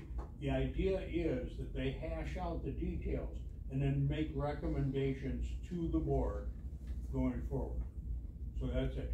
It has no legislative power or anything else. It's a recommendation to work out the details, work out some of the facts before they make recommendations to you. And one of the findings of the TAD grant funding is that a CJCC has to be formed. That's how I think the inception occurred. And so it's not that CJCC is the oversight. It's a recommendation of the TAD grant to have a CJCC. So in reality, drug court wouldn't even have to go to CJCC at all. That should go to youth justice, and then to you guys, and finance, and county board. Everything Okay. should be in Okay. justice. So that's what muddied the water during this Okay. whole Yeah. process. Sounds like- It sounds didn't like help. Because I got the impression that CJCC was making a lot of determination on this program in the past. And that could be. That- Like I that's said, the impression I got from I got off hearing. for a while. Yeah, you were, yeah, Because- but there was a lot of things that came in here and came through different meeting processes of this, and that's where I've been really against CJCC being involved in this, because I think they've been an anchor, not a sail. Well, I think the sheriff and myself have only really been involved for a couple of months now. But I believe, we've sat down with Drew, and I think collectively, we've got a pretty good working relationship with the CJCC. And I think you're gonna see a lot of changes made over the next year, a lot of progress and a lot of valuable input from the CJCC. Am I correct in that, Sheriff? Yep, I believe it will. So I think back to your original recommendation, I'll make a motion to postpone that to April, give you guys a chance to kind of collect your thoughts and come up maybe with a different plan or a plan going forward. So at least we have an idea where it's headed. Yeah, That's and what I I'm guess, looking for. specifically if this is the road we're gonna go down, we need to know, can we even do it without the DA in place, or are we kinda treading water until the governor gives us a DA? If we get a letter, confirming that from the grantors, will that be satisfactory? Oh, more than that, yeah, Okay. just. Got that? My motion is to postpone this to the April personnel meeting. Motion's been made and seconded. Excuse me, to postpone until the April personnel meeting. What's that? All in favor, signify by aye. Aye. Opposed, same sign. Motion does carry. Thank you, guys. Yeah, thanks, guys. Yeah, thank you. Are you, thanks. How'd you, I want this right, but I don't want to. I didn't know what you said. was it called Marcia and Mike Durr? Yeah, you will. So, this is the day we put it back.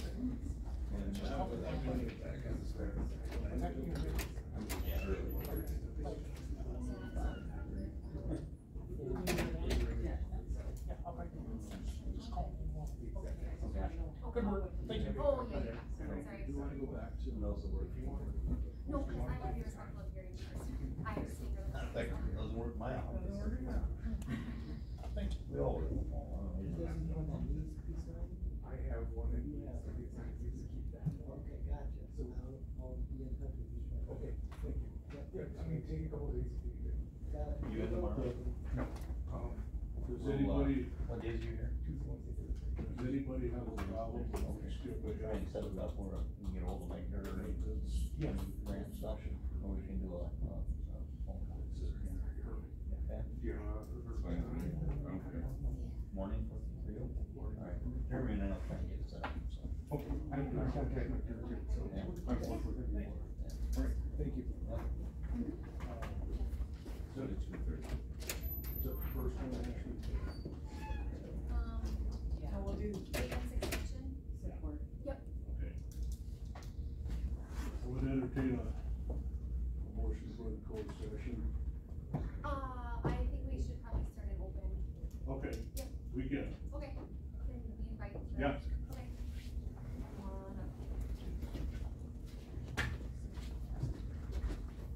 Where should I go? Right here, right next to you. Let's get you in here. Get up here, I can hear you. You're right up front. But I talk loud. That's never an issue. Terry knows. Only when I scare you.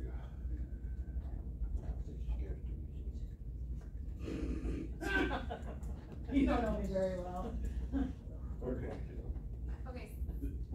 Go ahead. Okay, so we have been discussing all the stuff that has been loaded onto Charmaine here for the last couple of years and the fact that it's really starting to pile up. So if you'd be okay kind of giving an overview of all of the responsibilities you have right now? Sure. So currently, I'm the recycling coordinator. That's 10% of my job. So I do enforcement, I do education, I run clean sweep, site attendant training, all the paperwork. We're a responsible unit for 84% of the county, so that's a lot of our a lot of municipalities in there. And to be honest, it's the last thing I ever get to. So that's recycling. Fair, I'm currently 20%. I do anything and everything financial on fair. If they have a project, I take it through the channels. I supervise the staff, I do the payroll. You know, the fair is kind of a lone ranger, doesn't really have a department head, so I just kind of assumed those duties. And that has definitely grown over the years. Extension, I'm support staff. While we have an educator, I'm support staff, I guess I'll say. So I do the budget because there's no longer a department head there.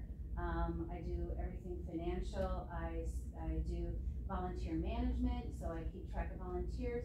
I do all the 4-H enrollment. There's other stuff in there. So, but when we were without an educator, it gets much more involved because I do whatever I have to do to keep the office afloat.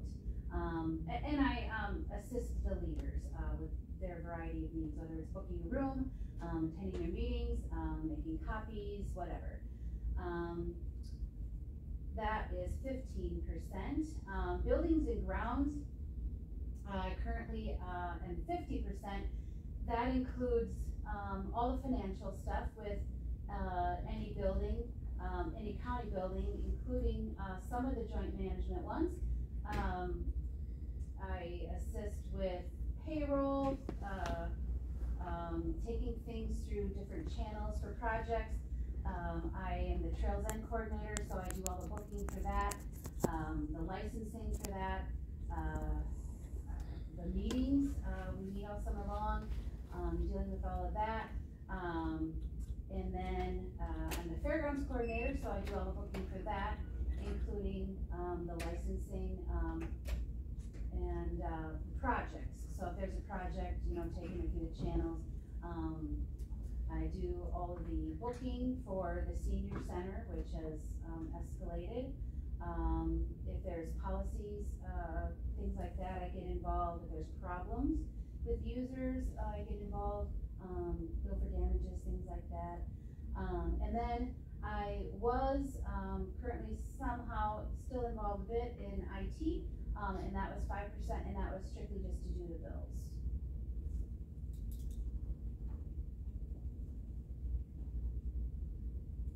We do after lunch. I rarely take lunch.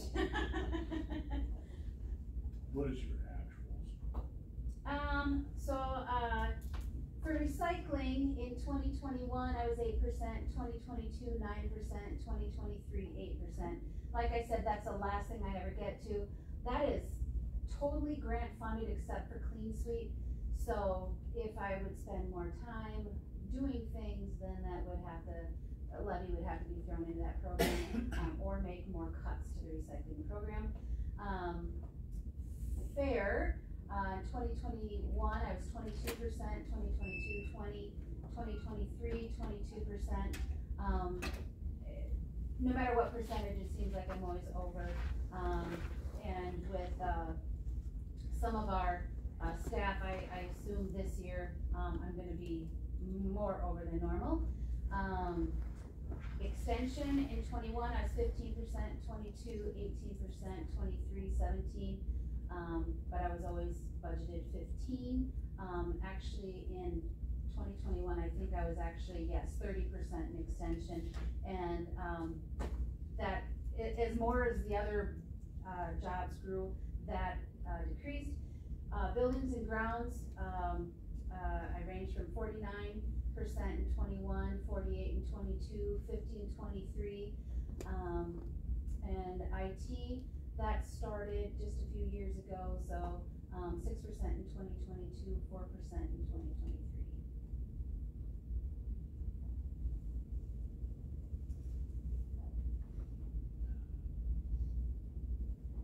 What is your ask? My ask is to stay the same in recycling, because I don't know how else that would work, because it is grant funded. Fair, at least take it to 25%, if not more. Extension, take to 0. Buildings and grounds, move that to 60, 55 or 60, just because Trails End is skyrocketed, Fairgrounds is skyrocketed. I mean, the more projects the maintenance guys do, the more work there is. It just, great problems to have, but it's more time. I don't mind doing the IT bills, but that seems to be a bit controversial, so, if I continue that or not. If that's a no, then, probably throw that extra 5 into fair, just because the fair's only getting bigger. Bigger and bigger. So the big thing is to remove the extension time. This kind of come about through extension with Lori Beltrucius and, I can't think of Jason's last name. Something like that, yeah. Stating that, according to the state extension,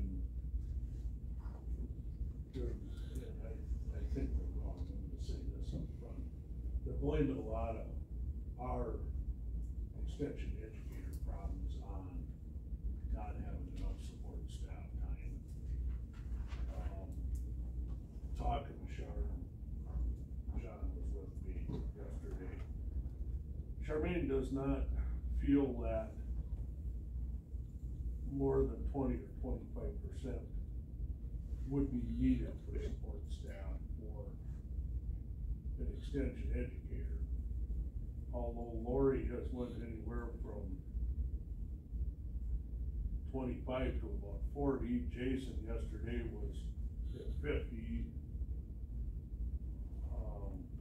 Charmaine, your work of what you do for them, you figure 25 is. Yeah, unless they do an insane amount of program that I would be involved with, I honestly don't know what they would do. Sure, you can promote, you can do website updates, but unless you have an educator doing more, I don't know what that would be. And just for the committee's knowledge, we do have an educator coming. I'm not sure when she will start. It's an interim educator. The state is bringing Eileen Van Dyke back and bringing Donna, I can't think of Donna's last name right now either, from Sawyer County down here until Sawyer, yeah, I can't think of the last name. Until at which time this gets posted, which from our understanding is a couple weeks away from getting posted yet. It's gonna be posted for 3 weeks. Their target date, which I'm not so sure is attainable unless they step their pace up a little bit, is May 20th. They have 25th. Okay. To have a full-time educator hired for here again.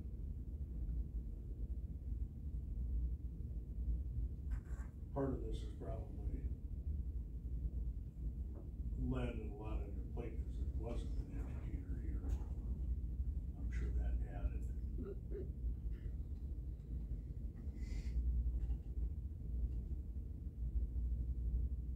But that would task us with finding somebody else in his courthouse or hiring a person for 10, 12 hours a week, I guess, that would do this extension position. That I'm not, I guess I'm not an overly big fan of it because the people are gonna wanna come in, are gonna wanna deal with this person, whether it's programming, what it is, and if they're only here a handful of hours a week, it's still gonna fall, still gonna fall there. Or if you find somebody that would work that few hours. Exactly, that too.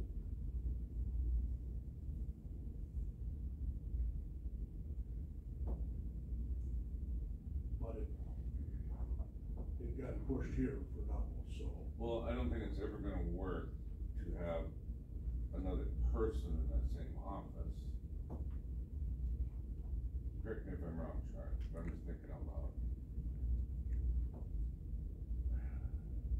You have another one in there work 25% of the time, because there's gonna be those times when people come in with extension stuff, and that person not gonna be there, and you're still gonna get stuck with it. And that's, you know, partly why it gets a little crazy, because they know I'm always there anyway. Even though I Right. have many hats, they know I'm accessible. So what do we move? I mean, you said extension, but if you're gonna do fair, I don't know how you can do one without the other. Am I wrong here? Fair does not need to be tied to extension. Fair is not just 4-H exhibitors, it's a wide variety of new programs, so, and there's many documents, state documents stating the educational role of a 4-H educator. That is against dealing with the fair. Yeah, so I don't think that's, Okay.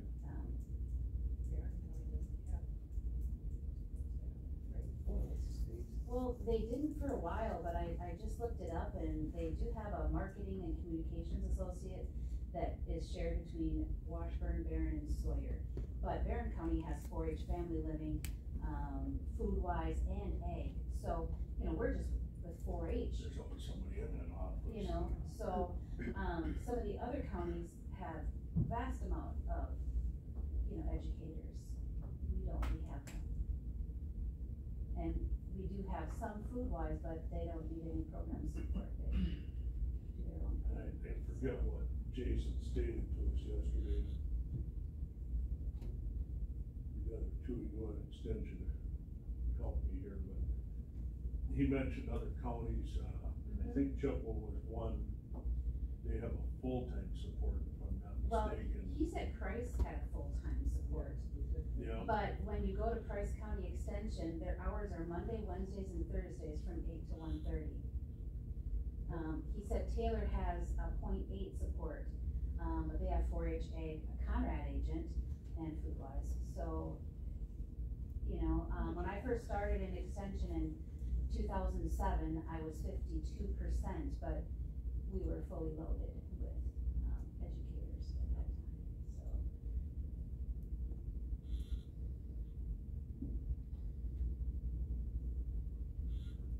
I don't know, maybe this is the right place for this, but what about technology? Like, I think we talked about this quite a few months ago, just kind of passed maybe a committee. But like a lot of the booking for, because you're doing a lot of booking for Charles and for the fairs, and I know that the forestry department, they have, where you can go online and do the booking, it probably makes it less labor intensive. Is that a possibility too? It could. I did bring that to the Board of Trustees. They were not interested. I mentioned it to a couple family reunions. They were absolutely not thrilled with that. And I understand you can put it out as long as you want, but I have 2 family reunions that are every other year. And so what do? You book the next 10 years. So we have people who've been going there year after year after year, and they're not tech savvy at all. He comes in, he does paper, and so I don't know. I mean, I still have all the licensing stuff, so whether they come in and do a paper thing or email me the reservation form or do it online, I don't really see that saving much time. It does bring up a point though, why isn't Trails End in Parks and Rec? They're not part of the ordinance.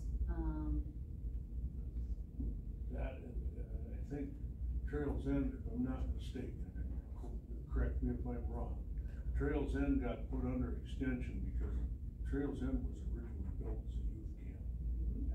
And extension with the 4-H educator and everything is the youth, so that's how Trails End wound up where it's at, because it is the youth camp. Well, I think that's gonna have to be looked at anyhow, because, I mean, if Land and Water's looking at doing something out there next to Trails End with that land, this is still gonna end up being a problem. You're gonna keep dumping it on extension, even that deal too.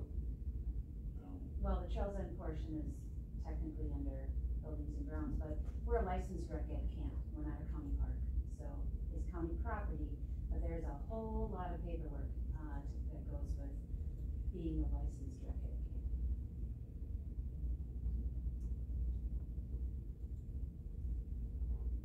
I think we have to look at everything, right? Look at technology, look at other departments, like you said, maybe there's efficiencies. But I guarantee you this isn't something that's gonna be solved here in the next 20 minutes. It's something we are gonna have to dig into. What has Justice and Youth come up with so far on this? Nothing? We did, we went through it yesterday. This was brought up to us. We haven't dug no deeper than that, Jim. I think you made the motion to keep the support at 15%. Yeah, I think you're right there, but we didn't look anywhere else to change any of the rest of Charmaine. Extension at 15%? That's your. As far as, Yeah. you know, when you look at the extensions, 15%.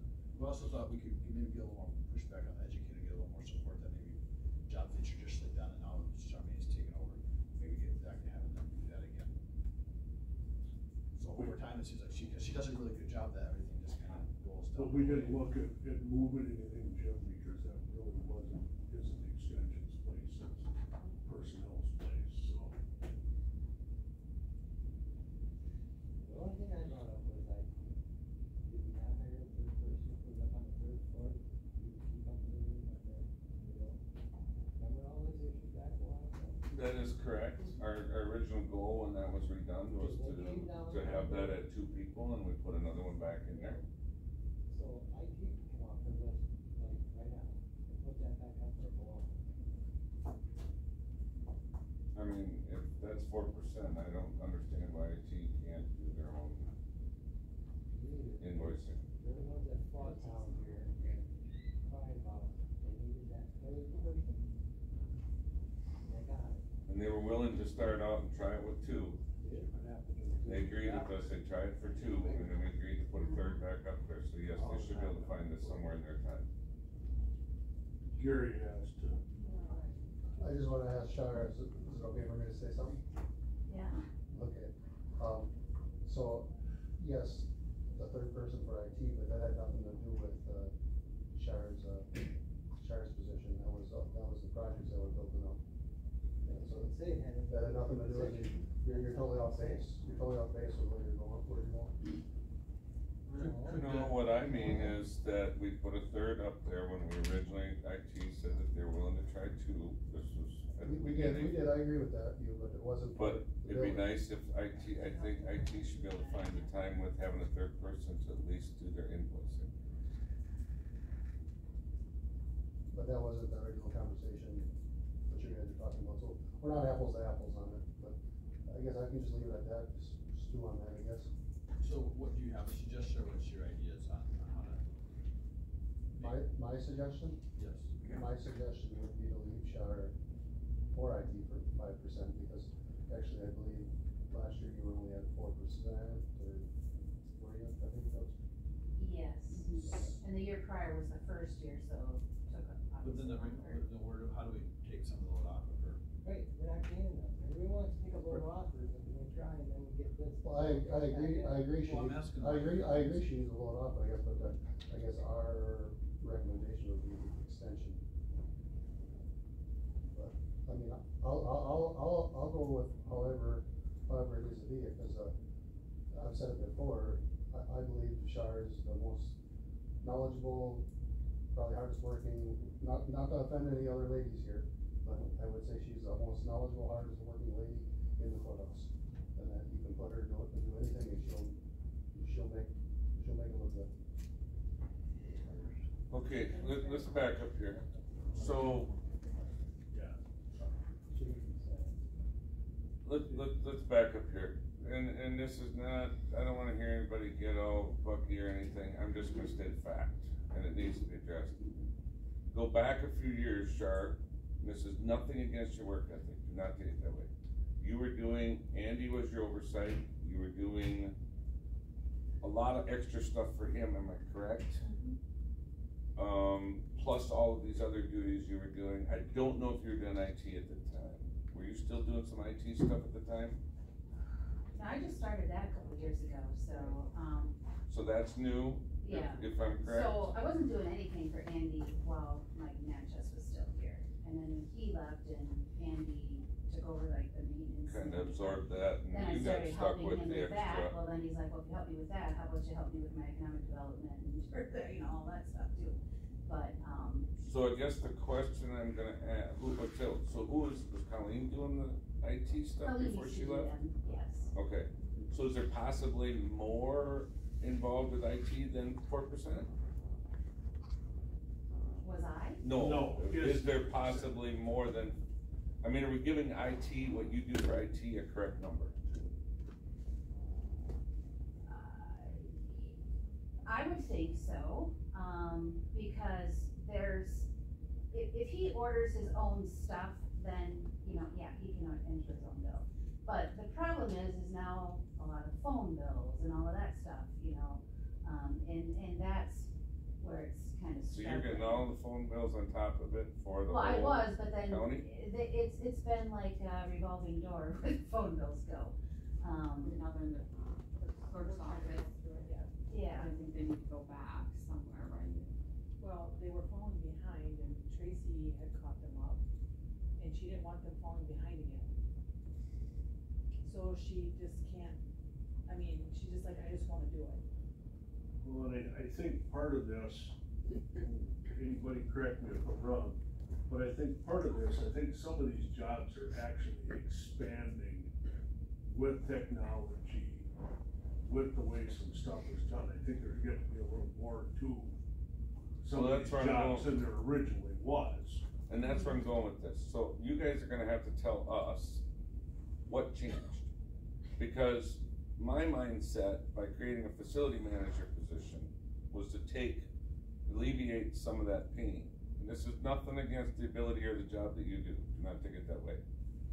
And IT, we tried to do something different there, or at least my mindset was, cut that down one position to try to help alleviate the burden financially for the county to create another position. Then we went back, we realized that wasn't a good choice, and now we have a third position in IT. So there's actually one more person in this whole mix now than we had 2 years ago. So what, you guys are gonna have to tell us what changed. Is there more things that are being addressed now, like you made the comment earlier, and getting taken care of that weren't before? Or what is creating the heavier workload for you? Just simple usage at Trails End and Fairgrounds. Okay. And that's only getting more and more. I mean, it used to be that we hardly had anybody in June. Now I only have 2 days free in June. We have more youth groups. Private use, piece of cake, very easy. But when you have youth groups, there's all that paperwork, medical forms, all of that. It's just, sheer usage is Trails End. And now we're going to be a campground, so, adding on a campground. So that's more work. Fairgrounds, we concreted that building and it's only, you know, it was a great thing, but more usage. The log cabin's getting renovated, so that's, you know, the senior center, we only had a few people meeting down there. Well, now there's 17 different groups that meet down there. Sometimes 2 on the same evening. So in some respects, it's that. Recycling pretty much stays the same. I rarely get to it. Fair, I think I started off, well, Fair was, before we actually became official, in 2010, that's when extension, or the county board said, hey, extension, run a fair. So we did, but we were fully staffed then. Well, then all the educators left, and so then I was heavily involved with the fair. Well, then we had a fair board, so that helped, but the fair has gone nuts since then. So my time, you know, has increased there. So, so nothing, so I don't think anything is wrong. I think they're all great problems to have, but, being split 5 ways a couple of years ago is far different now with just the amount of usage we have. So could, and I'm just throwing this out there, could, just because of the handiness, has anyone looked at addressing maybe moving some of your duties across the hallway? Just because it's handy, it's right there. Could Heidi help you pick up some of the slack? I mean, now we have someone comes in and you go, well, you know, that's across the hallway. Whatever portion of what you gave us here, is there a possibility, has anybody looked at that job description there that could pick up some of the slack for her? I don't know if it is doable, but it'd all be in the same area. Yet Gary's office is next door, you're right across the hallway. Recycling could go across the hall. I mean, I know forestry has its peaks and lows too, but I think just for the sheer handiness of it, because I mean, you don't want to have, if somebody comes to your office, the only reason I'm addressing this way, because if somebody comes to your office, you don't want to go, oh, by the way, you gotta go up on the 2nd floor, they're handling that now. But if you could say, go across the hallway, that's over there now. I'm just throwing it out there for an idea. Well, Trails is a campground, it's kind of the same line of work too, if they're good. Some of that could probably, it seems like on the surface anyways, I think about how you think they could slide over there. I'm not disagreeing that she needs. Right, I think we all agree that she needs relief, it's just how we can get that relief. Right, and to do it in a way so that it stays consistent. I think consistency for the county and for people that come in is important when we try to make this decision. Does that sound dumb? No, they don't. I mean, we don't wanna be moving people around and going, oh, well, this month I'm handling it, but next month. Oh, right, you definitely need consistency. So, I don't know. I love Trails End, I'd hate to give that up, but, you know, I Is love there the part fair. of Trails End that you could give up? Well, I Maybe did talk just to the James booking. about doing more of the licensing stuff. Cause we already have a Trails End caretaker, he's part-time. Can he do that though, in the position he's in versus the position you're in? I mean, I'm sure you sit and do a lot of that at your desk, computer wise, or you spend a lot of time meeting with people out there and go through that. I guess Inspections, things like that, a lot of it is just, reading the code and then designing all of our forms based off of new inspection. I mean, one of the new code changes was, they're getting a little more lenient on cabin capacity. So James went out there, he measured all the cabins, he's tweaking the maps, and then I'll make new ones. So, he's doing RFPs for the bridges, yeah, he's picking up, getting involved. But that would be increasing hours for him, but he would be willing to do that, so.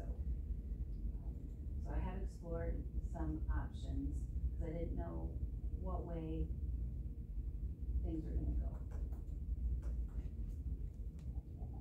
Well, I don't, I It is a think, rec camp, so I do not think it should go to forestry, just because it's a whole different ballgame with licensing. Totally different. I'm just wondering, and I don't know, but I'm just wondering, is there some of those responsibilities you could split and give to Heidi? I mean, whether it's just the booking, I'm just asking. If you don't think that that's a good fit, then we'll have to go back to the drawing board, but that's why I threw some of this out. Yeah, And you said maybe recycling. I would, yes, rather give, Heidi recycling, it's just, you know, How about recycling and IT invoicing? There's Can I ask- 12%. So are we not willing to look at the possibility of if we could move extension somewhere else within the courthouse? That's a kind of an issue in its own right, Ashley, because it's been located where it's at for forever. I think the only way you're gonna fix that is if you move Shaw out of there. Here. and then I would want the fair to go wherever I went. She can have my office. That's Which not gonna one? be- That's revolving doors. That's not gonna be to your benefit, don't take him up on that. I mean, I gladly work at the fairgrounds. See, that's kind of a backwards deal too, because whether anybody wants to admit it, whether the state wants to admit it or not, the extension and the fair are tied together in essence. I kinda agree with them, just because there's so many things that go back and forth.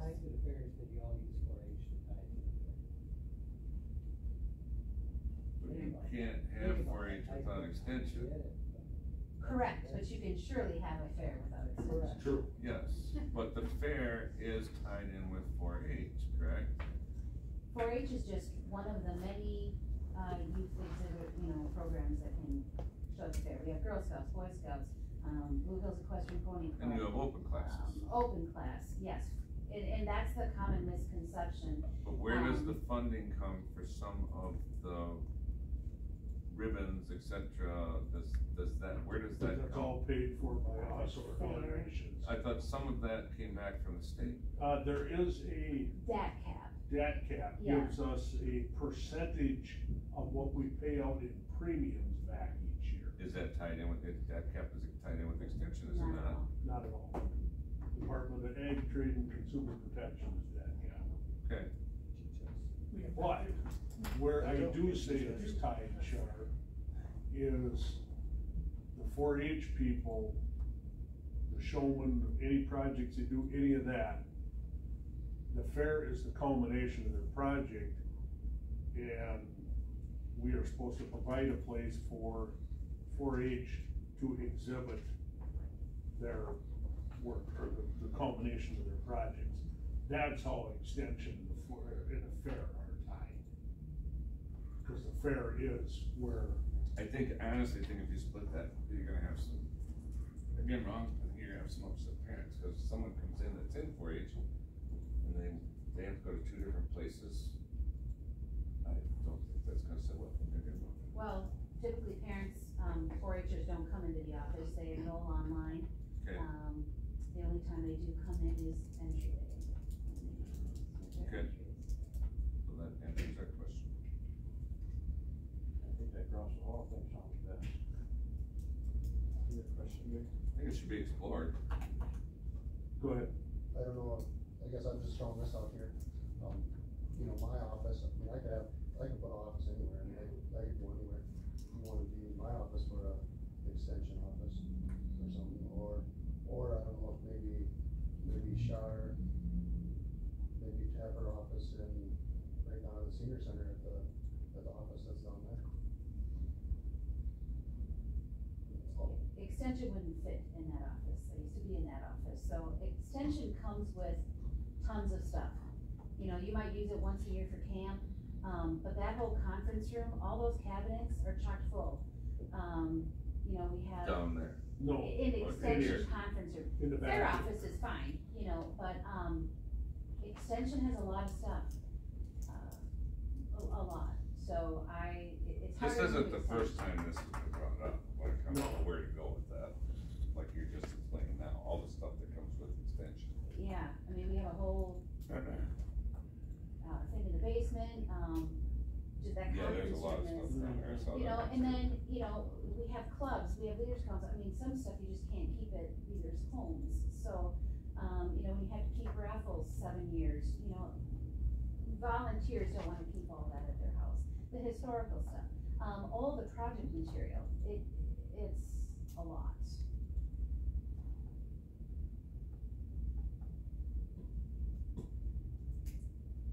I don't know, right now I'm leaning towards exploring the idea of recycling and IT possibly going across all IT invoice.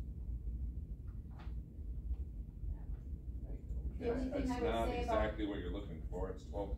Well, no, right, so, yeah, and Heidi loves recycling, so that's the only reason I thought of that, but, you know, and I could definitely show her, and she'd probably have more time to do things than I do. And my thought behind that too is, it's something that you could give her, and then chances are, not have to be dealing with issues about it, bogging you down.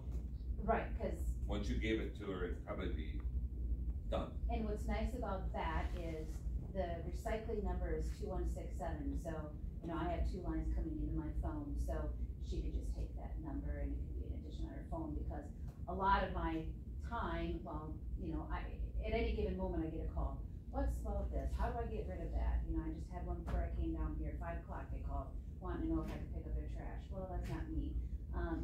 You just, there's a lot of questions from the public, you know, but I used to go into schools, I used to do a lot more, I used to do an office supply swap here, so many other things that I just had to put aside, cause other things kept escalating, so, the only, thing I would say about IT invoicing is, the facilities manager is in charge of IT, so it doesn't really make sense for IT bills to go to forestry, and honestly, for me, that's very easy. It's, but anybody can do an invoice, but what's confusing about that is, you know, IT just doesn't order for IT. There's all the different budgets that go with that. I'm familiar with them. I have access to every expense line across the budgets because I'm involved with all the county buildings. So it'd just be a lot more work for somebody, to do those. So I would either recommend IT does IT bills or keep it, with me. With that third IT person, it might make sense for them to have a better handle IT, to know where stuff is going, because sometimes it seems like it makes sense that they know what's going on and the efficiency of making sure everybody's getting the best money. Sometimes maybe one of you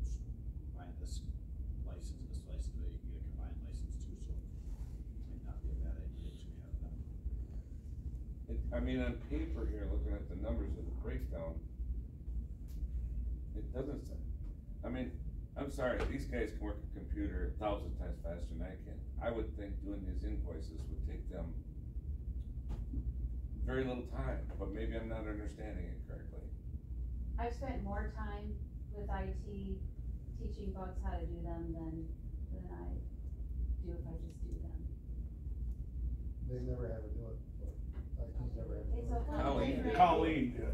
Before she Yeah, retired. Colleen did. She was gone when I started. Yeah, She right. did. Could, what, so if it's not bugs, could be somebody else in IT that does it, Yes, any of them. Can you explore that idea? I mean, are you against exploring that idea to help her out? I'll do whatever helps Char out. I mean, if it has to go back to IT, so be it. It has to go back. But I know what's gonna happen is either myself or it don't matter which IT guy it's gonna be, they're gonna ask Char for help. And just because she knows how to do it, so she's gonna get straddled with it anyways. Well, There'll be some training growing. it's some training, but Yeah. it shouldn't be that difficult for him to hang on to once she trains him, I would think. I mean. It's, you know, and I just, the phone bills just doesn't seem like, an appropriate IT bill. It's very. Tracy kinda, I think she said I got it all down. Oh, yeah, phone bills aren't She made bad. me keep it. Because we're doing down energy bills, I mean, we're And the doing, energies. we're doing a lot of that. Yeah, I do the city of Ladysmith, all of those funky utilities, and the clerk's office. Clerk's office, long ago, they've always done phone bills. So if you take the phone, you're saying, how long has Clerk's office been doing phone bills? Since, I mean, they've always done phone bills. I'll be here 30 years in June. So if the clerk's office does the phone bills full-time, could IT handle the rest? Their own bills. IT should be able to handle their own bills and be responsible for billing out other departments. Other departments should order their own stuff. That's what we That's just, the biggest that's what we thing. just talked about is Yeah. we might ask IT to search out and find us the best deals, and then it should be sent back to us when our clerks in our departments should do that, so we process the invoice. That should happen every time. They shouldn't be bogged down with having to order and all that I stuff. think we could work on that, right, Gary? Like, Yeah, I think IT getting is- some stuff I think off IT of their cards that's not for their department. Yeah, I think IT should be able to do their bills, it's just all the other bills that pile up on them that really ain't theirs. I mean, it's, there are other departments, there are other. So they're already allocated, and if I'm understanding you two correctly, they're already, say you already had allocated for a laptop. But IT's ordering it and then having to bill it back to your department. Yeah, they transfer the invoice to us, so instead, if they just give us the information, one of our clerks can order that item, no matter what it is. It's kind of weird, because then you're having to open up your own CWG account, Lenovo. If he just orders it and then boom, gives you the invoice. He can still order, cause some of those things are specific, like. I would think it's a Yes. good idea if he orders that type of So stuff. then just yes. don't Yes. get around with the invoice, get that done, so we can. Right, and that's where it needs to be a better job of getting those out right away. And that will improve, I mean, it is improving now. So it sounds like we're kinda on the right track here. Might not be a total fix for you, but it's moving in the right direction. Maybe look at recycling Well, going across the and we road or can across the hallway. Definitely explore this. They take the phone bills and hopefully Yeah, IT they've had can do phone the bills other for a while. So stuff. What do you have that you need to give back then for bills? You have all of Well, it? first of all, no, they took part of it back, but Tracy was bothered because the bills weren't getting done. So she looked into it and said, I'm gonna do them. Remember we had that conversation? And so she just did. But that's what I'm wondering, like why? Which bills, though, I mean, they're doing phone bills, right? Verizon, Centratel, Brightspeed. There you go. And those are all ones that have typically been done in the clerk's office, or no? Since when? Danielle used to do them, before that, Bunny Stoneberg used to do them. Centratel used to be a nightmare bill, now we just throw the majority of it into, well, now we have charter. So then how did you get them? well, to be all honest, they weren't getting any, Oh, they are now. so, yes, so So typically somewhere when things along get the way- failed, they hop to me. So somewhere along, okay, so somewhere during the last transition, the ball got dropped. Yes, before Connie's time. I'm starting to gather though Thank you, that Shar. this. You're welcome, you're welcome. This is a multiple facet It's deal. like an onion. Yeah. But I think we moved in the right direction today. It might not be exactly what Char and Gary maybe were hoping for, but I just can't, I can't see hiring another, I don't wanna hire another person. If we can figure out a way to move this here and there so everybody can live with it and it makes your life better, that'd be great. Well, hiring another person isn't the answer, because if that person is there, what would amount to, 2.5 hours a day for that percentage, they're still gonna, it's all gonna fall on Char's plate yet anyhow. Right. So. Right, but I think we need to take something off and hopefully that's enough to, take some weight off our shoulders. So we can look at moving recycling to forestry. I can talk to James again about, helping out with the licensing. I do wanna stay involved with Trails End, cause right now people are used to coming to book this, that, and the other thing, and it would be, more confusing since he's not here, he's, he doesn't have a county laptop, he doesn't, he's using his personal cell. But all of that, it just makes sense to me stay involved, but just in what he's been thrown into with the whole swinging bridge and, and with his background, he was a shop teacher, he knows how to do so many things, that could help. And then having Jessup use the extension, maybe question to be more involved with the next educator, would be helpful. Or ask questions. Well, no, I'm not saying that, it's just, as many documents as there is for why they should be involved in the fair, there should be just as many, what does the educator do and what does support staff do? The problem is we get that from the state, and I think Jonathan is 100% right. Unless we stand our ground and push back, the state is telling us that the educator don't do a whole lot. The educator's not gonna be involved in the fair whatsoever, is that what they're telling you? Well, they can serve an educational role, but some fairs or some educators are totally involved. I think it really depends on who you're. Well, I think what you guys need to get through about whatever you say, I understand.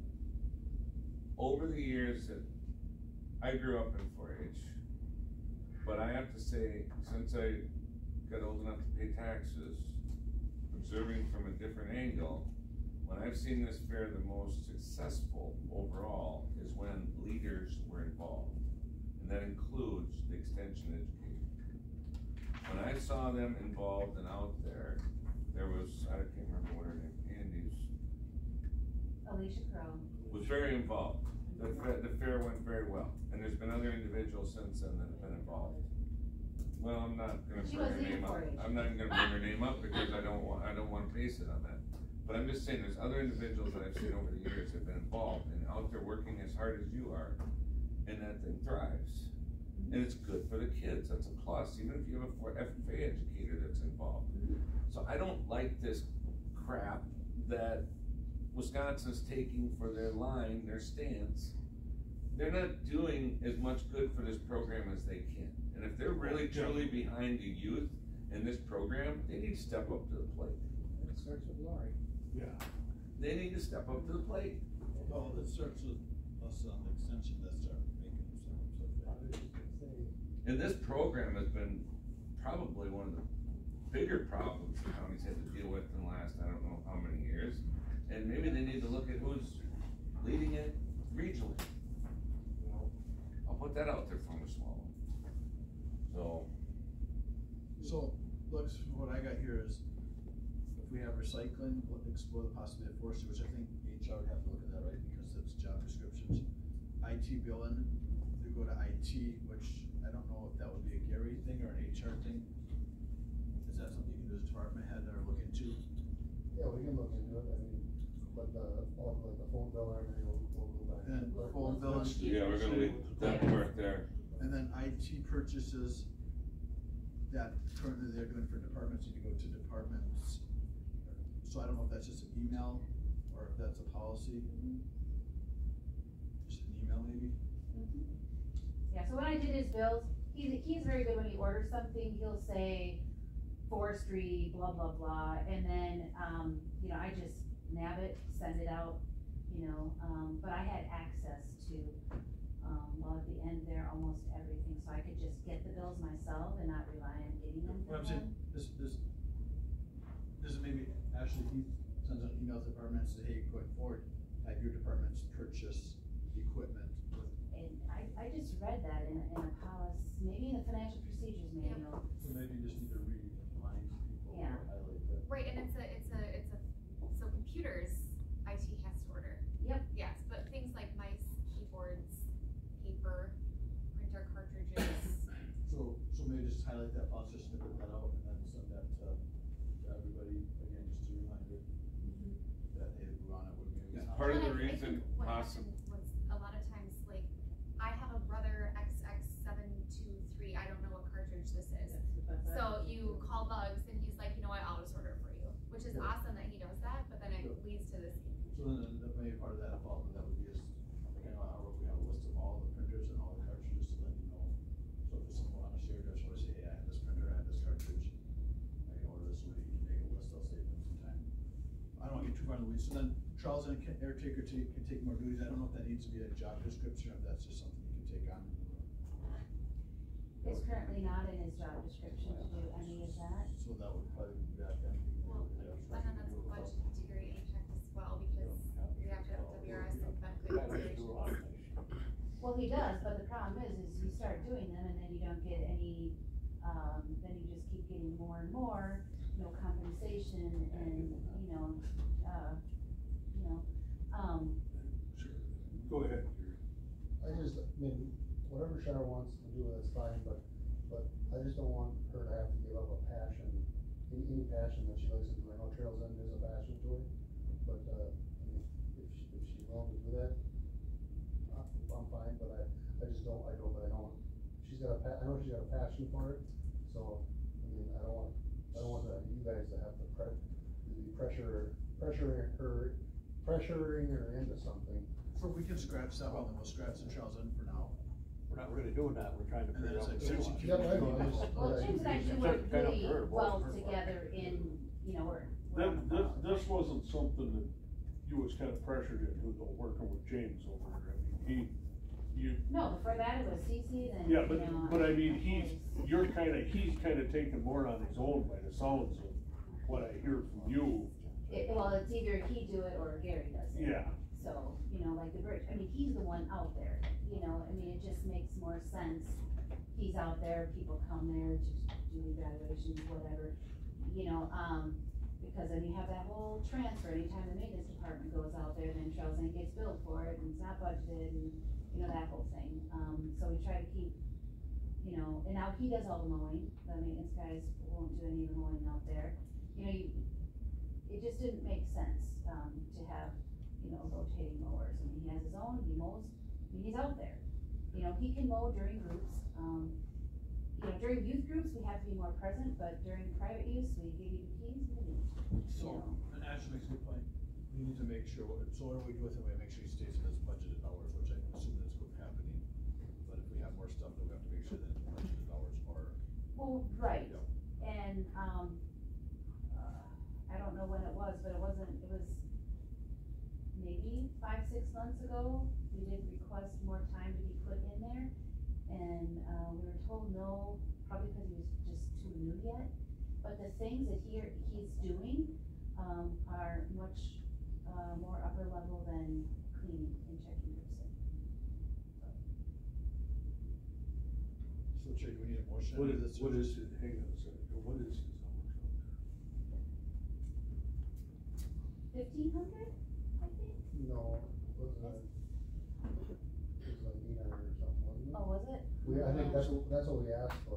I was gonna say, I think, if I remember it correctly, the hours weren't allowed to go up because that was gonna take it outside of an LTE and put it in a different classification, if I remember right. I think the issue was because he has 2 different jobs here at the county, and whether or not he's gonna be in WRS or not, this year, they're evaluating it, so I don't know. I don't know if they take it over as hours, I mean, it's, I don't know.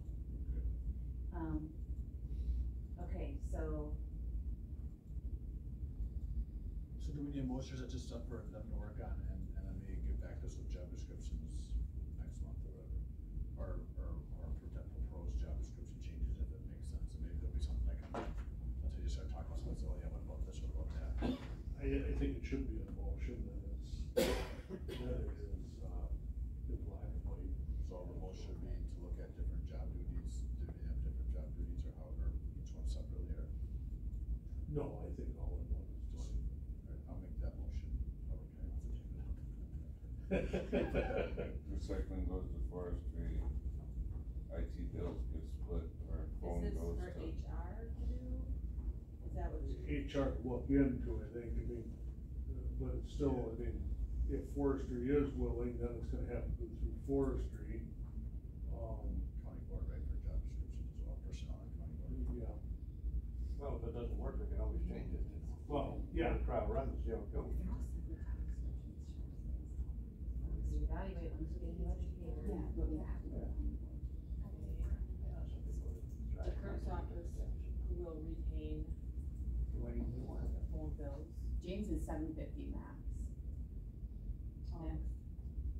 Yeah, so 1,500 must have been what we were requesting. I believe we asked for The clerk's 1,500 office will in the retain the phone bills. prior meeting. IT, Bill and, we'll go to the IT department. what's that? IT bill will be handled by IT department, IT staff. Remainder of IT.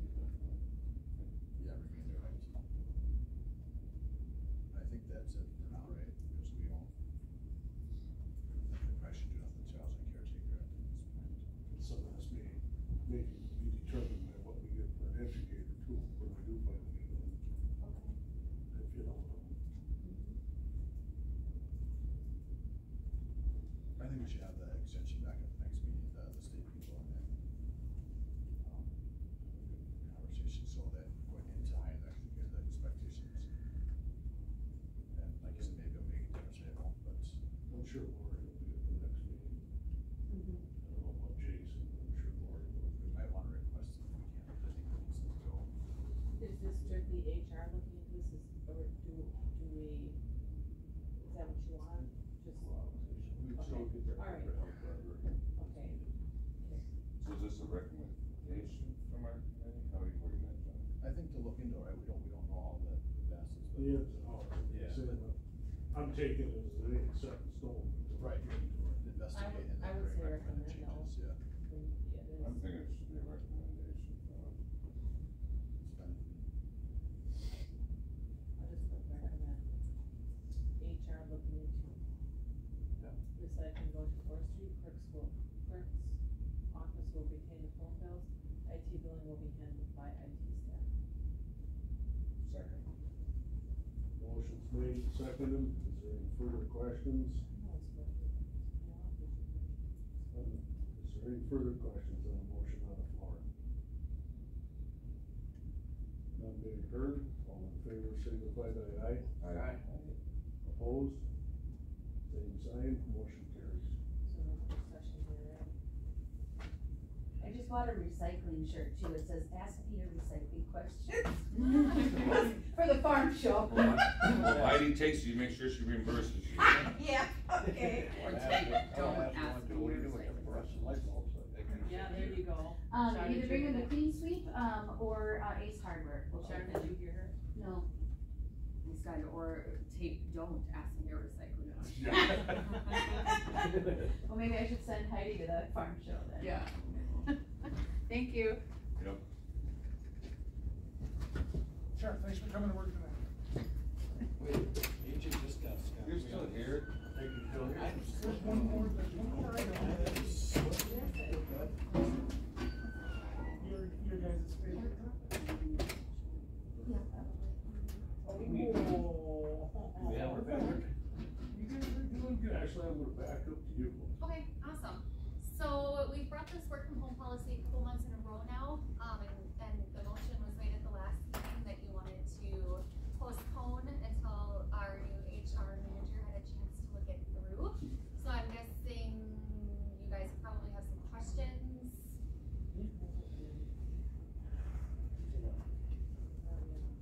What is your take on it? The work at home policy, 4.5 days work week, pretty funny out, so we just want to know. Oh, gosh. Well, and like I it agree says with in what number you said. 2, it'd be a case by case basis. It still has to be, approved by the department. Yep. But who's gonna monitor? The department head should monitor their own departments. Okay, that's, I knew it was gonna be told. I'm gonna open it all up to all the departments, and let them run with it, see what happens. Yeah, I think it should be a countywide policy. Obviously, the forest administrator knows that you probably will not be allowing a forester to work from home because how do you mark timber? Highway knows that most of their staff will not be able to take advantage of this. We've had several good department head meetings where departments acknowledged that this isn't something that they will personally benefit from, but they would like to see this be a countywide policy that their coworkers can. Where's this bubble? Go ahead. Recruitment, retention, Economics. Talk about economics. Which department is this bubble? Well, it came to me with the example of economic support workers. So a lot of other counties have their economic support staff working from home 100%.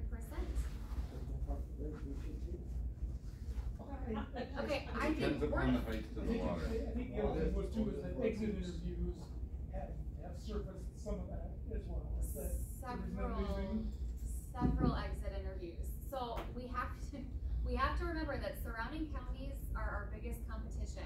We are losing people to Barron and Chippewa. What do Barron and Chippewa both offer? Higher pay, better benefits, and work from home. Alright, we only got 1 out of 3 with what you just said. So what we're talking about here, they already got you beat with the other 2. Correct. And we cannot compare with the wages that they pay. We cannot. So I don't think this one is gonna fix what you're looking to have it fix. You're gonna have to fix at least 2 out of 3. Great, let's circle back on health insurance in a couple months. No, we'll talk about that for next year's budget. Because all we've done is spend money the last, I don't know how long, or at least it seems, and until we figure out a way to tighten it or in somewhere. That's what this there's not gonna be any extra. This is a free benefit though. I don't agree with you right now. Where's the cost? The cost is gonna come back and bite you in the backside when you find out people aren't doing what you expect them to do. Hey, are we paying to look at home for nothing?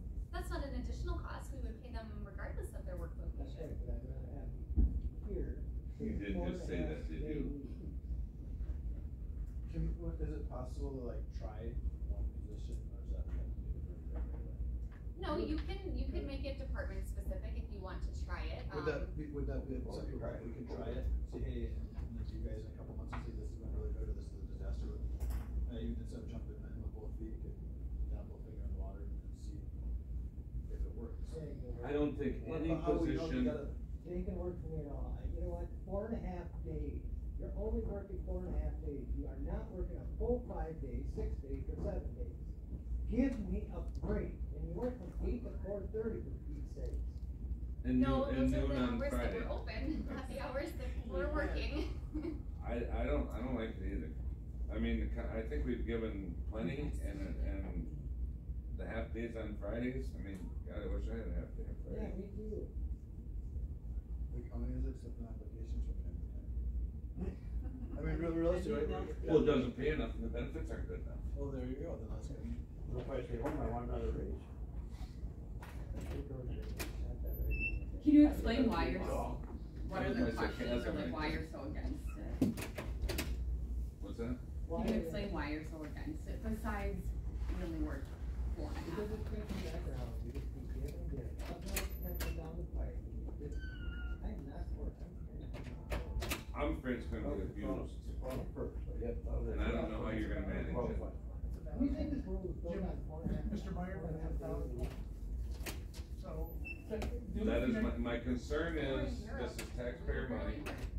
We work for the public.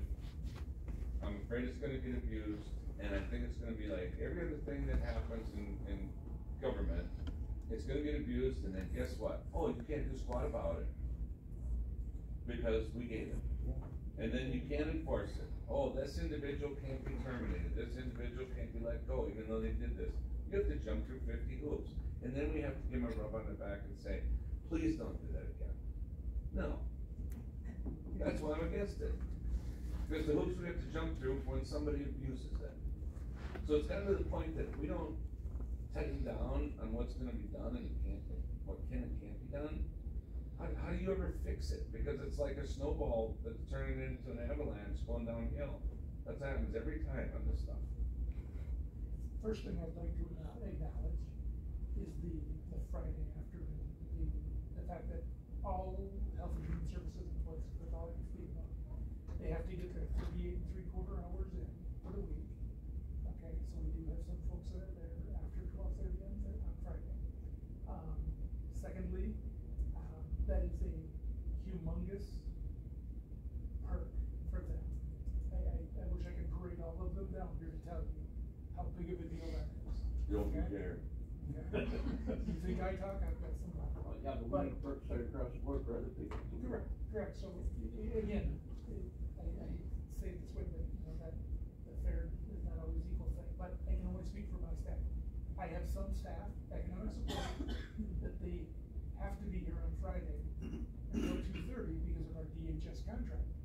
And so they, even within our department, watch the rest of our staff leave if they have their 38 3/4 hours in, and they still are here because of the requirements of their position. Okay? So the perk though is a humongous deal because they used to have to be here till 4. We petitioned DHS, they now can leave at 2:30. Okay? They still have to get their 38 3/4. Mr. Caleb has said it more than once, and he is 100% right. We are a public-facing entity. We have to have public here. Not everybody is going home to work remotely. We have to have people in the office on a rotation basis, if that be the case, to greet the public and serve that public. Certain positions, like economic support, are very, very monitored, not just by the staff, by the supervisor. The monitoring comes from the electronics that they use that determine how much they're keystroking on their computer. And so the productivity is built right in there. Now, the other side of that is, say children and family services. If they work remotely, it will be up to the supervisor to determine if that person is able to work remotely. There is no bones about it, there is a caveat that you have to determine productivity. Can a person, or can they not, be productive away from the office?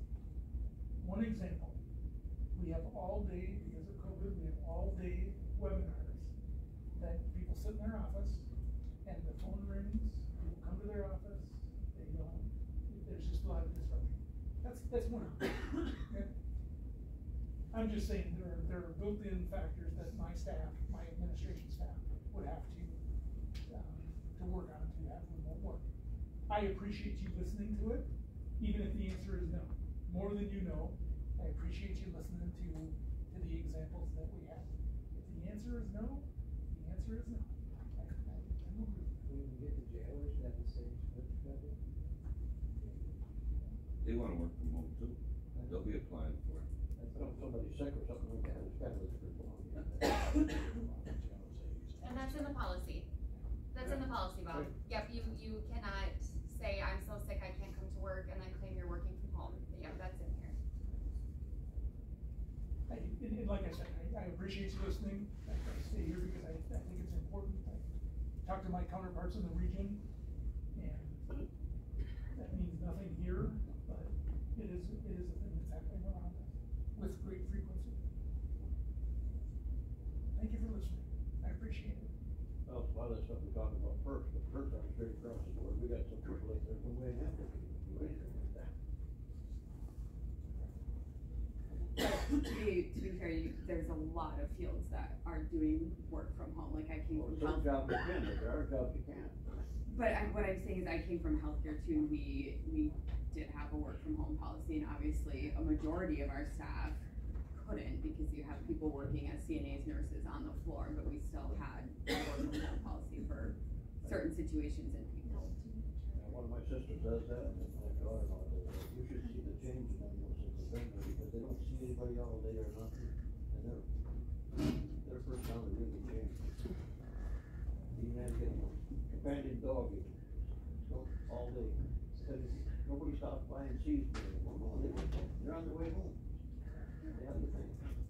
Was this policy written for like certain circumstances to have work from home, or to move certain departments from home, like 2 days a week, 5 days all the time, or was there not? The policy is written to be truly at the department head's discretion.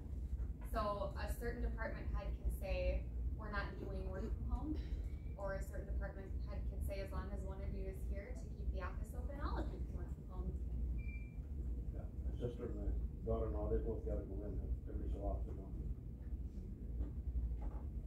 We could even change it to say Seminars and things that like that. long-term or permanent work from home would be approved by the committee that gives more oversight.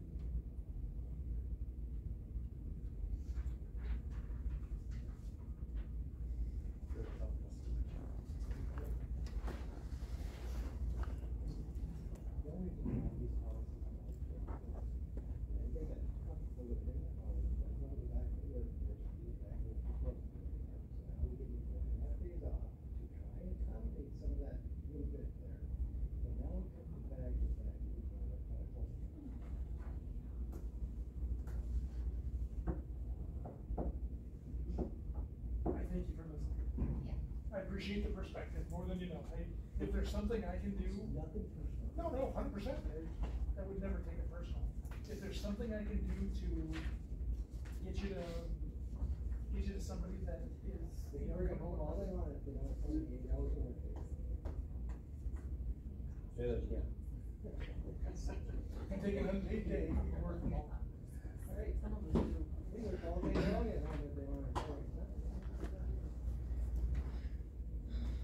I appreciate the consideration.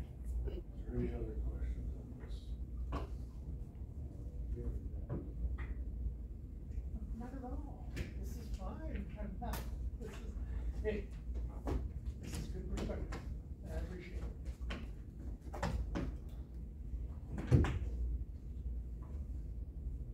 Thank you for coming to work today. I will say that, we don't really have anything in the form of a work from home policy. There's nothing explicitly that states work from home isn't allowed.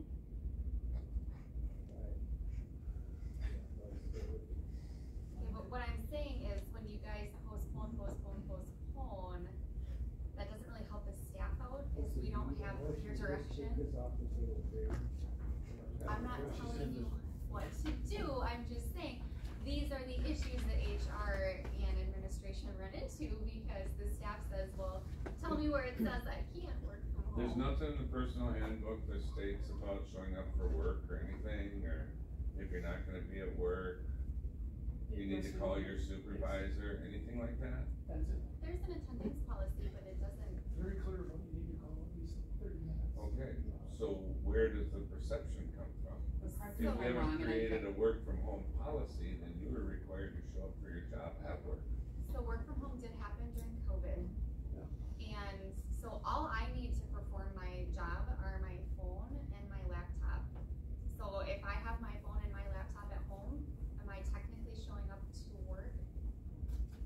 Okay, but see, these are the issues that administration faces. So I guess we're coming to you for clear directive on work from home. I see the point that she's trying to make. I've been very clear with my admin staff.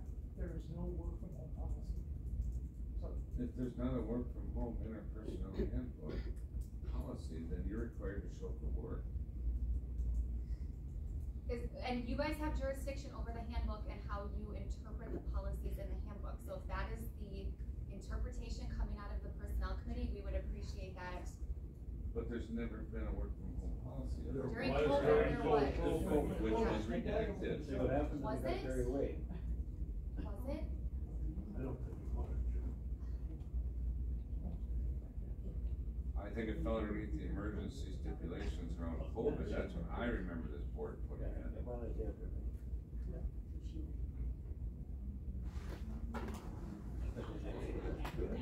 That one I don't recall.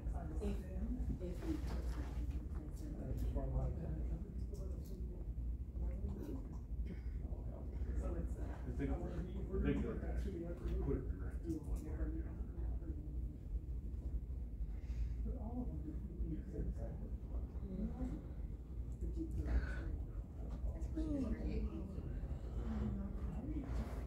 Yeah, well, I think if we're gonna make it no work from home policy, we should try to get HR person to job. I'm gonna say no work from home policy, yeah, if we're not gonna. I think we need to consider all the facets. Yep.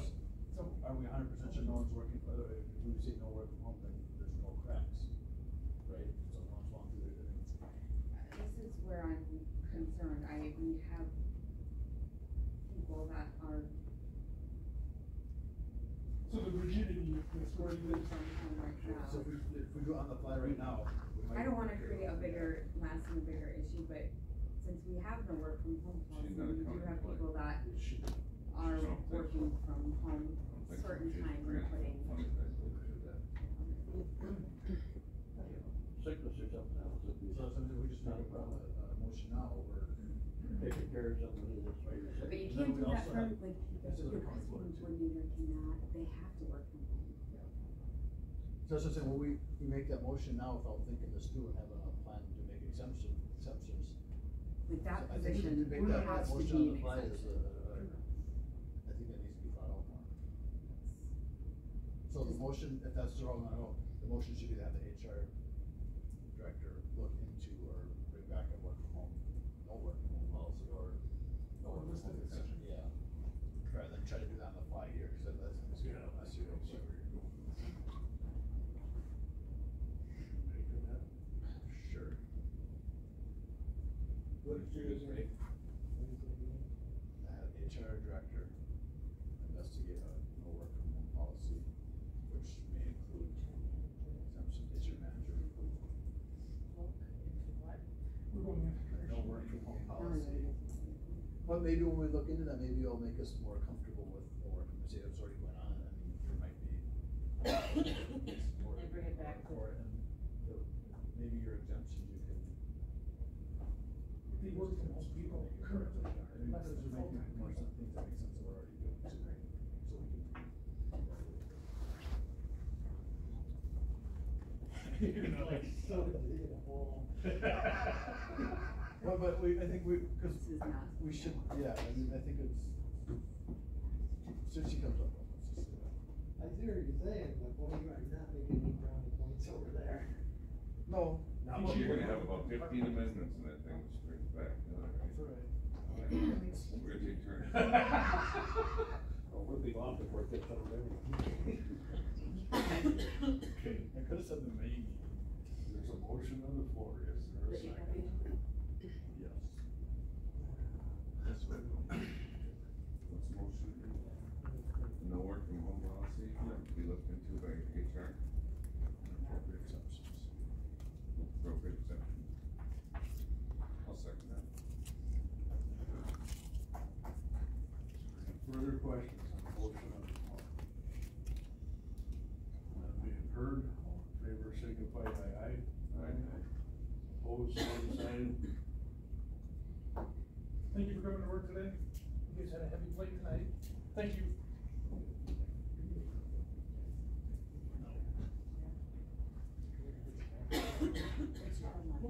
Thanks. Ashley Goodis, you're up, yes? Okay, the first thing, consider changing the discipline and termination process. Me and Ashley have, we didn't put anything in the packet, cause honestly, originally we were just going to have a discussion around it, but we were able to throw something together really quick, today, so.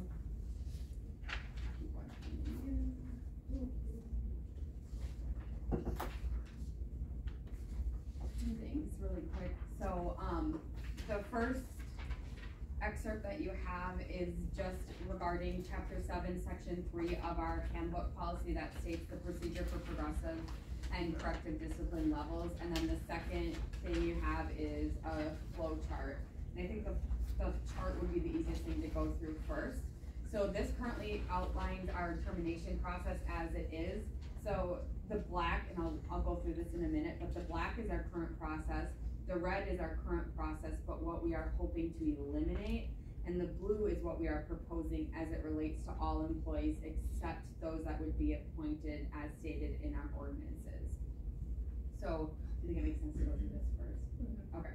So currently, what happens with our discipline termination process is a department head would notice a job deficiency and or policy concerns, and that would lead to informal conversations are had with the employee and department head, which this could include placement of a performance improvement plan. Next up would be deficiencies, concerns, and those violations continue, and the department head would involve HR if not already aware. Sometimes now that we have HR, they'll involve me, right from the beginning before they even have an informal conversation or any sort of conversation with their employee. So if HR is not already aware, they'd make HR aware. Verbal and or written warning and or continuation of a performance improvement plan, or possibly the start of a performance improvement plan would happen at this place. Deficiencies and or violations are not corrected, and at that point termination would be needed. And I'm not saying we wouldn't go through like a PIP and then a verbal and then a written. So there could be, that last box could be repeated a couple times, before you would go to that next thing where termination is needed. So what happens right now, so now we're hitting this red current process, which is what we are wanting to eliminate, is the HR manager would contact personnel to schedule that hearing under 1B. The HR manager needs to give at least 1 week notice to the employee of that hearing. And then if employee requests legal counsel, the hearing date would be extended to accommodate that. Hearing is held in open session if the employee requests, or in closed session. The employee is then given decision that day, the day of the hearing, by the committee, and then again in writing by HR. So that's kind of what happens then in order for somebody to be termed. What we're proposing is that we would eliminate those red steps. So what would happen is the deficiencies and or violations are not corrected, and it's determined that termination is needed. What we're proposing is that we don't give the power to any one person, but give that power to 3 different people, so we have an odd number, so we can't have that bias there. And it would be the department head, HR, and the administrative coordinator that would look at that. And they would be the ones that are making that termination decision, and then the employee would be notified of the termination by those 3 people. So by that department head, by HR, and by the administrative coordinator. So you're kind of order of this song. Yes. To eliminate the need for having that hearing. I appreciate that, but I realize that yours is a pain in the butt, but it is somebody's. Well, it's not just a pain in the butt, it's very hard on the employee who's being termed, having 10 people have to witness that. It does go through that procedure process as well. So does the grievance procedure. That's just my opinion. What if we give the decision to the employee if they want to have a personal hearing? Or legally how that we would have to consult counsel. Does this keep consulting counsel on this? Which part? Changes, most changes. Yeah. So currently it is in our handbook that it is the responsibility of each supervisor department head with HR to evaluate the circumstances and facts as objectively as possible and apply the most suitable form of discipline. Right now is currently how we have it. I've consulted with many other counties about this, and I think you have as well, and there's nobody that does this whole process for those level of staff. So if you looked in level 4 of the termination on the sheet that I gave you, So we had rewritten that to saying the department head, human resource manager, and administrative coordinator would determine if termination of employment is necessary for all staff, with the exception of the appointed officials as described in Rusk County Ordinance Section 2-119. So those that are described in there would be all of those department heads, plus there was other departments listed. A handful of, like the public health officer, the veteran service officer, they're not technically department heads, but they serve at the pleasure of the board. So that process would still stay the same, where recommendations for discipline and or termination of those appointed officials would still be referred to the personnel committee through the human resources manager for disposition.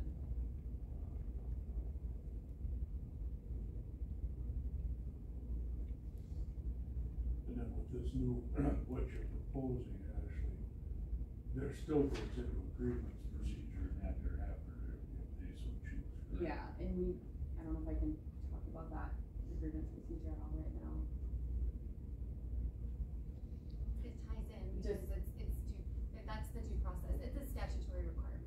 Essentially, we need to get that changed a little bit too, because how we have it right now isn't quite, we have some issues with that, correct? Our grievance procedure then would come to personnel, and personnel could truly be unbiased to have that grievance procedure because they're not the ones making the termination decision either. Am I right?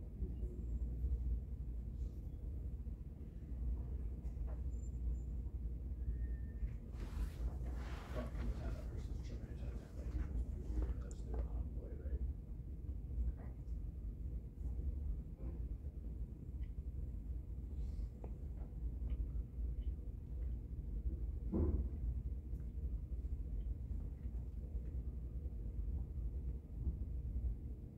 And I get you don't wanna give the power to just one person, but now that we do have HR looking at that, I know there's been some concerns about the process, how long it can take to kind of go through a lot of this stuff, and I think you have other examples too.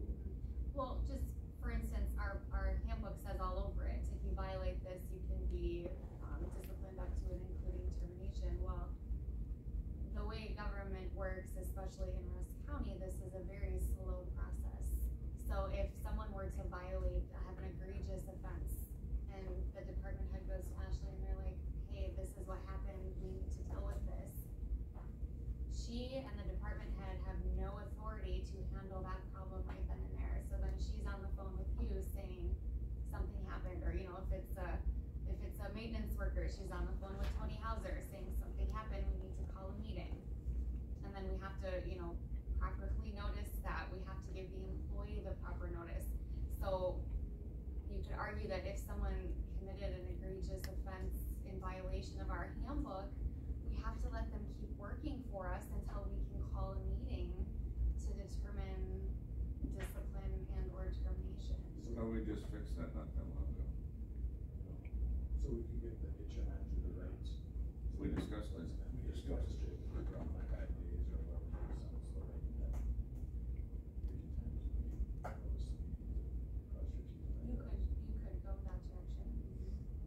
What did you say? It'd take more than 5 You days. could take whatever number we pick, we could give the HR manager the authority to put something in paid administrative leave while the T's are crossed and the I's are dotted. I still like I do like the fact that it's still, Ashley's 100% correct. That Ashley. That if it does go to a grievance, it comes from the personnel committee. The personnel committee at that point is 100% unbiased. They have not dealt with anything.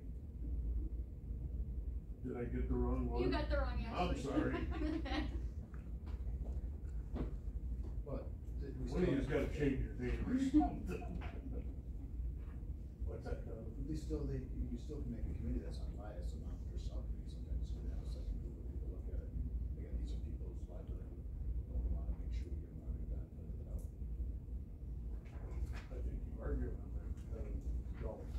If you're not giving them every benefit of the doubt, then you're saying that you don't trust the department head, the HR manager, and the administrative coordinator to make any kind of a decision.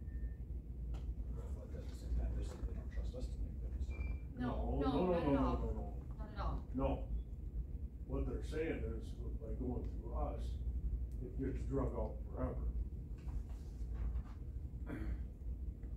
It turns into a very slow process, so if some of the ones that tired you up to the point that you don't wanna get it on the board. But we didn't have a charter manager to speed up. But it's still not gonna speed up the process, but by the time you deal with the notifications and scheduling the meetings and I see the point. I think one other thing, and it's not that we definitely don't trust your guys' opinions or anything like that too, but we're in the day to day, and sometimes it can be really hard. I think, you know, like in my job description, it is part of my job as the HR person to look at that objectively.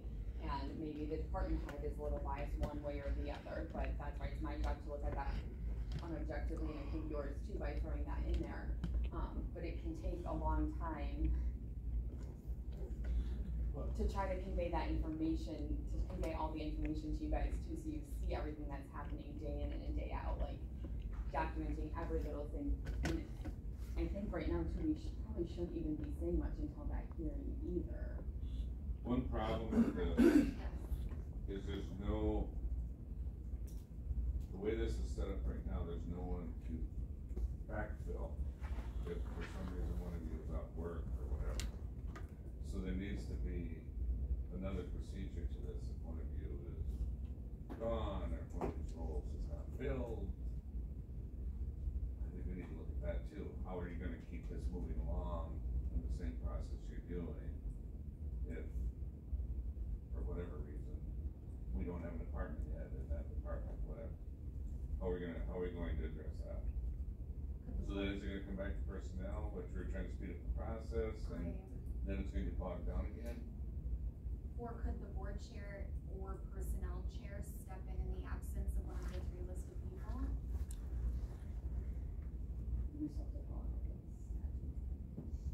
don't know, we'd have to ask legal counsel if it could be a member. I don't know the answer to that question. But then I also think, you know, you guys are who created the HR position, right?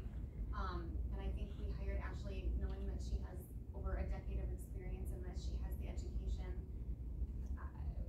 We're gonna defer to her and her expertise on guidance, making these decisions one way or another, right? And I'm sure the council too. Oh, absolutely. If we felt that that was needed, for sure. But, you know, we have human resources for a reason. I don't think you can live in fear like that, though. We do, we let the doors of public in the building for a meeting. So we do it here everywhere else.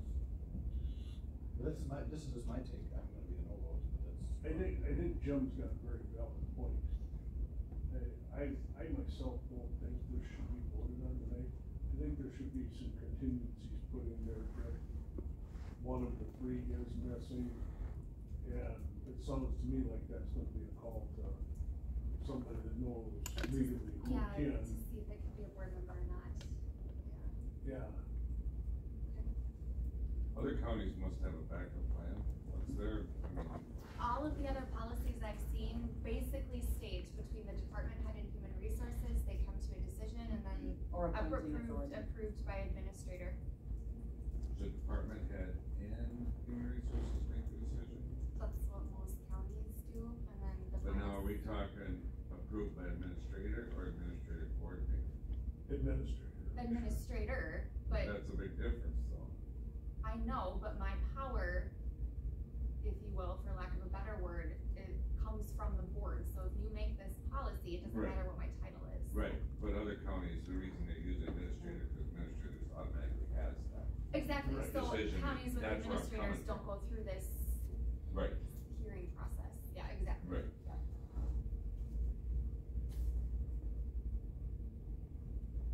I do think there should be some contingencies.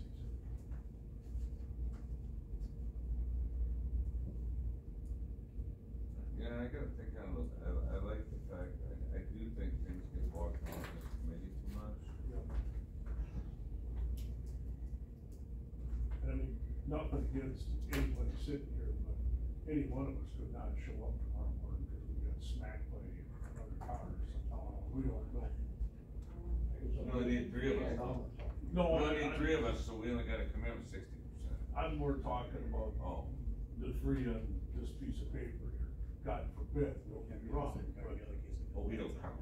Then they just. Right away, we No. don't count. Say, that's okay, we just. Couldn't have just rolled out, they get hit by a car. Well. But I think that's with anything too, and you have to be careful how many contingencies you're gonna write in something, because do we do that with like every department head, like, do you know what I'm saying, like when, like, do we write that into every policy and procedure that we have, like if this person isn't here, we do this, like, I think that's where you appoint. Well, this is a little more, I think, legally binding the county if you do go to the point of termination or something severe like that. That, I mean, Jim brought up a valid point. What does happen in that case? Do you postpone it? And as you stated, some kind of an egregious offense. Is it safe to have that person here because we had to postpone it for 3, 4, 5 days over a weekend? We don't know. I mean, I don't see why we can't make a chair of a committee as the fill-in, but I guess I'm kinda curious which one. Probably the board chair would probably be. That would be my thought, but I think legal should weigh in on it.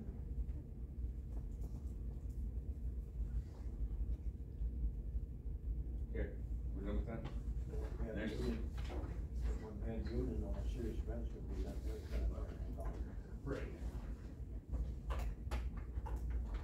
There was a couple other things that I had struck out in this policy too, just to look up for future. And I only did that because we were looking at doing discrimination, but we right now have 5 levels of offenses in our discipline, and basically level 1 and 2 are saying the exact same thing. Only level 2 is added that in consult with the HR manager, but people are consulting already at level 1. So I had looked at multiple other policies, counties too, and it's very typical to not have that first one, because that first one is very much, as it does state in other places in our handbook, that we can have those meetings with our employees at all times to be talking about their performance, having those informal conversations about something that we may be concerned about. So that's why I had taken out that first one and just done the verbal, written suspension and termination. But we can talk about that later too, but just an FYI why I had done that. And then I also took out the employee must sign the written warning, because that's not true.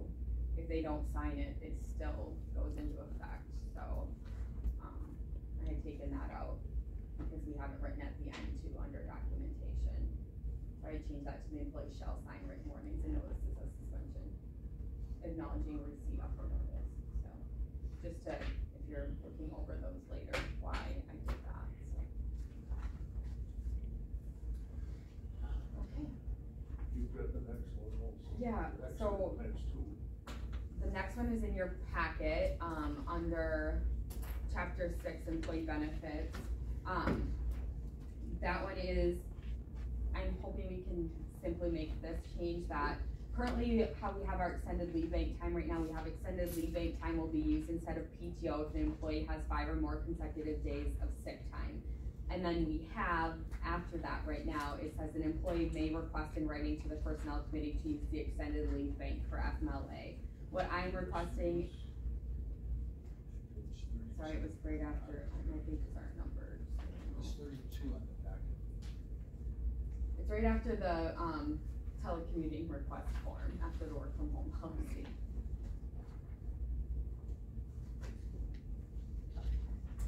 So, what I'm requesting is that we can allow employees to use their extended leave bank time if they are on approved FMLA. So essentially, not having to come to the personnel committee to make that written request to the personnel committee to use extended leave if they're on approved FMLA.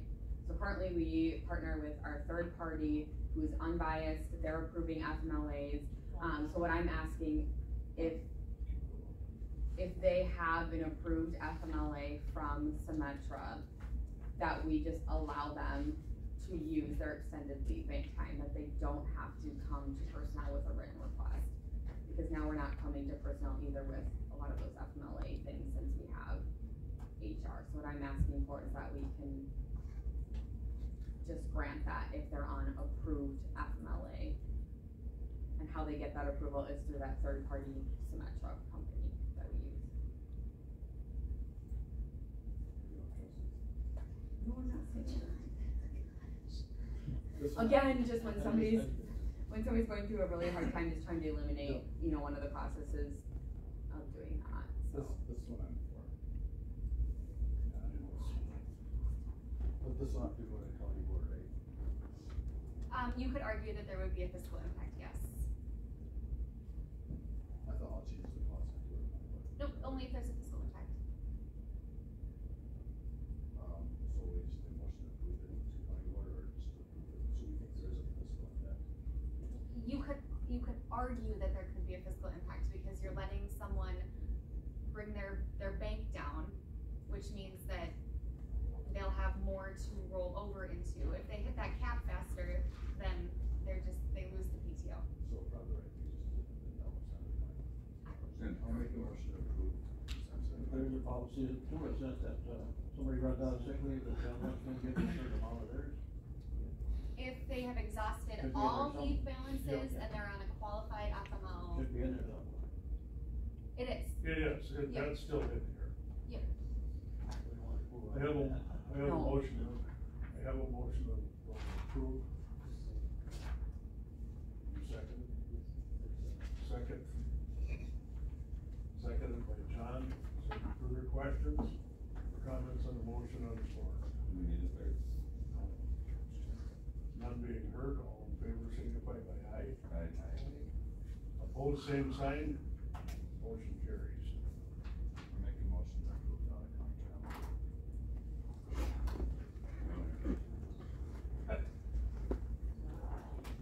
Orlando. Green Bay. I will feel, how could I not? Motion's been made and seconded to approve out-of-county travel for Ashley Goodis. I don't know, we really should go through with everything that's in here, what they're gonna be doing in Green Bay. Maybe, I mean, it's attached. It's attached, we should go through this. There are actually really good sessions. So this is for the Wisconsin Association. I don't know if anybody was ever a member. I just joined as a member for very Hang on a second, Ashley, I got a motion on the Oh, floor. sorry, I thought you wanted to go through it, so that's why I was giving you to go through it. No, okay, so I'm good. I was starting to call it quick. All in favor of the motion for out-of-county, to approve out-of-county travel, signify by aye. Aye. Opposed, same sign. Actually, your out-of-county travels. Okay, thank you. Sign that, preferably, but. You can hand it right to her.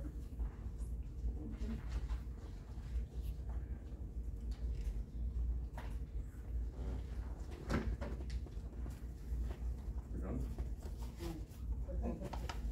Flip it over. Brief closed session. That's not funny. It's kinda sneaky.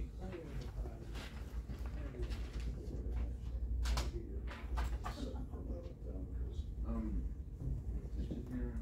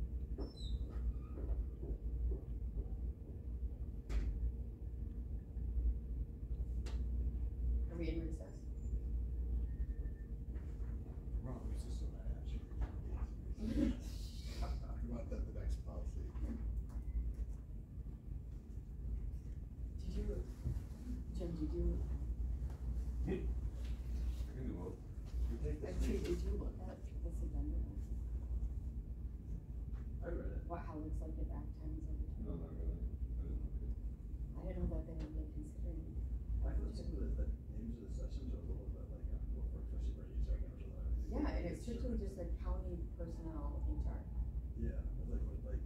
The crap. People, they can't have it. Yeah. Oh, good, good. Way back in Taylor has a lot of things. That's Are one you of the done or sessions no? though, is if that kind of gets over. Where are you at? They must be talking about it. Good. If you come out of that one, What? let me hear what you got to say. I do have a, What, you with your dad, right? I do have an act for meeting Okay, tomorrow no, that's okay. with I'll try to get a hold of Dan. HR professionals in the I Western forgot to tell you what Wisconsin. Abby on there, so. Never mind. Okay, thanks. Rich boys and gals, water, you're still in the legislature, you're still sucking.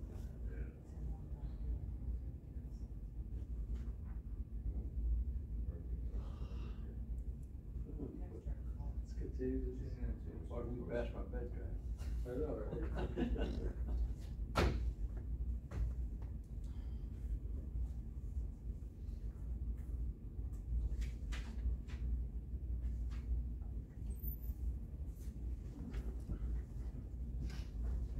Why you push that bubbler's handle over there? You're into the garbage can. Yeah, if you push too much pressure on it, yeah. Yeah. Hey, are you outside? When you get a chance before you go in with you, let's fill out. It's gonna be a while forever to get home with us, but. Alright, thank you. Right.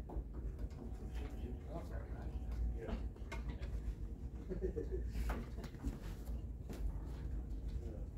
Mine's gonna be bad because it's hungry. Yeah, exactly. Your dog? Yeah. What's your dog's name? Rufus. Kind of dog is it? He's a rescue dog. Oh, yeah. So they called him, when I adopted him, they said he was a German Shepherd mix, medium size. He's 90 pounds now. His paws are like this. He's a large dog. They're my favorite dogs. I've had a lot of German Shepherds. But he don't even look like a Shepherd at all. He's got short hair, and he has a copper colored coat. Yeah, like his ears don't stand up there. You get pretty damn big sometimes. You can read the meeting. Bust his skull.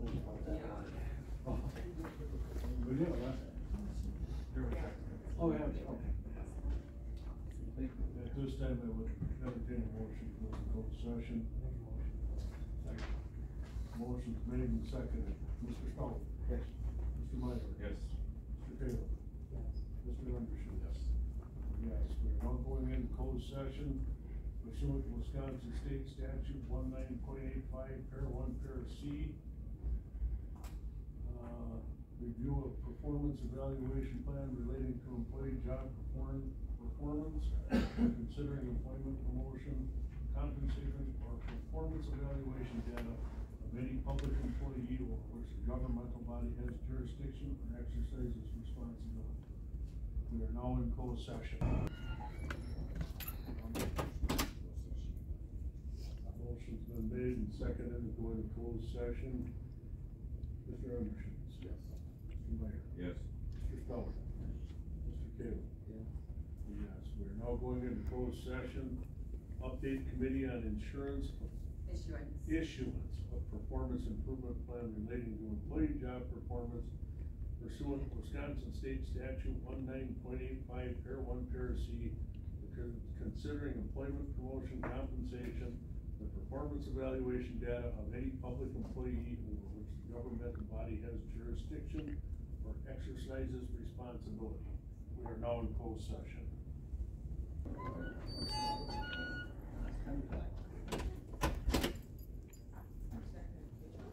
Yes.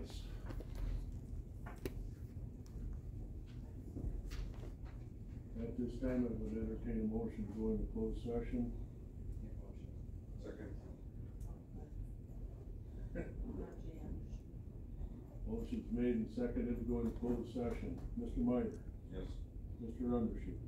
Yes. Mr. Kayla? Yeah. Mr. Stoller? Yes. And yes, we are now going into closed session. FMLA and other medical leave request pursuant to Wisconsin statute 19.85, par 1, par C, for considering employment, promotion, compensation, or performance evaluation data of any public employee over which the governmental body has jurisdiction or exercises responsibility. We are now in closed session.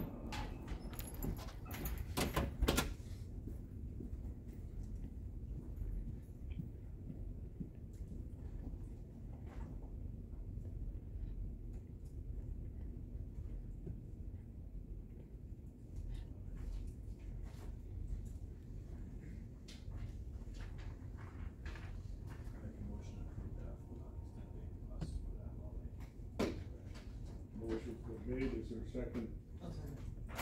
Second by Mr. Caleb.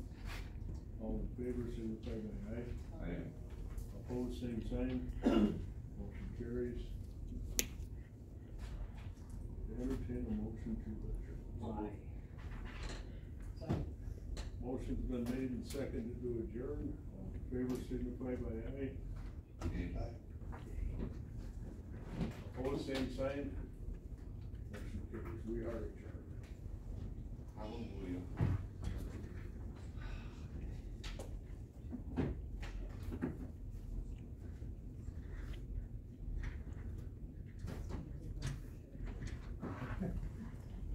No.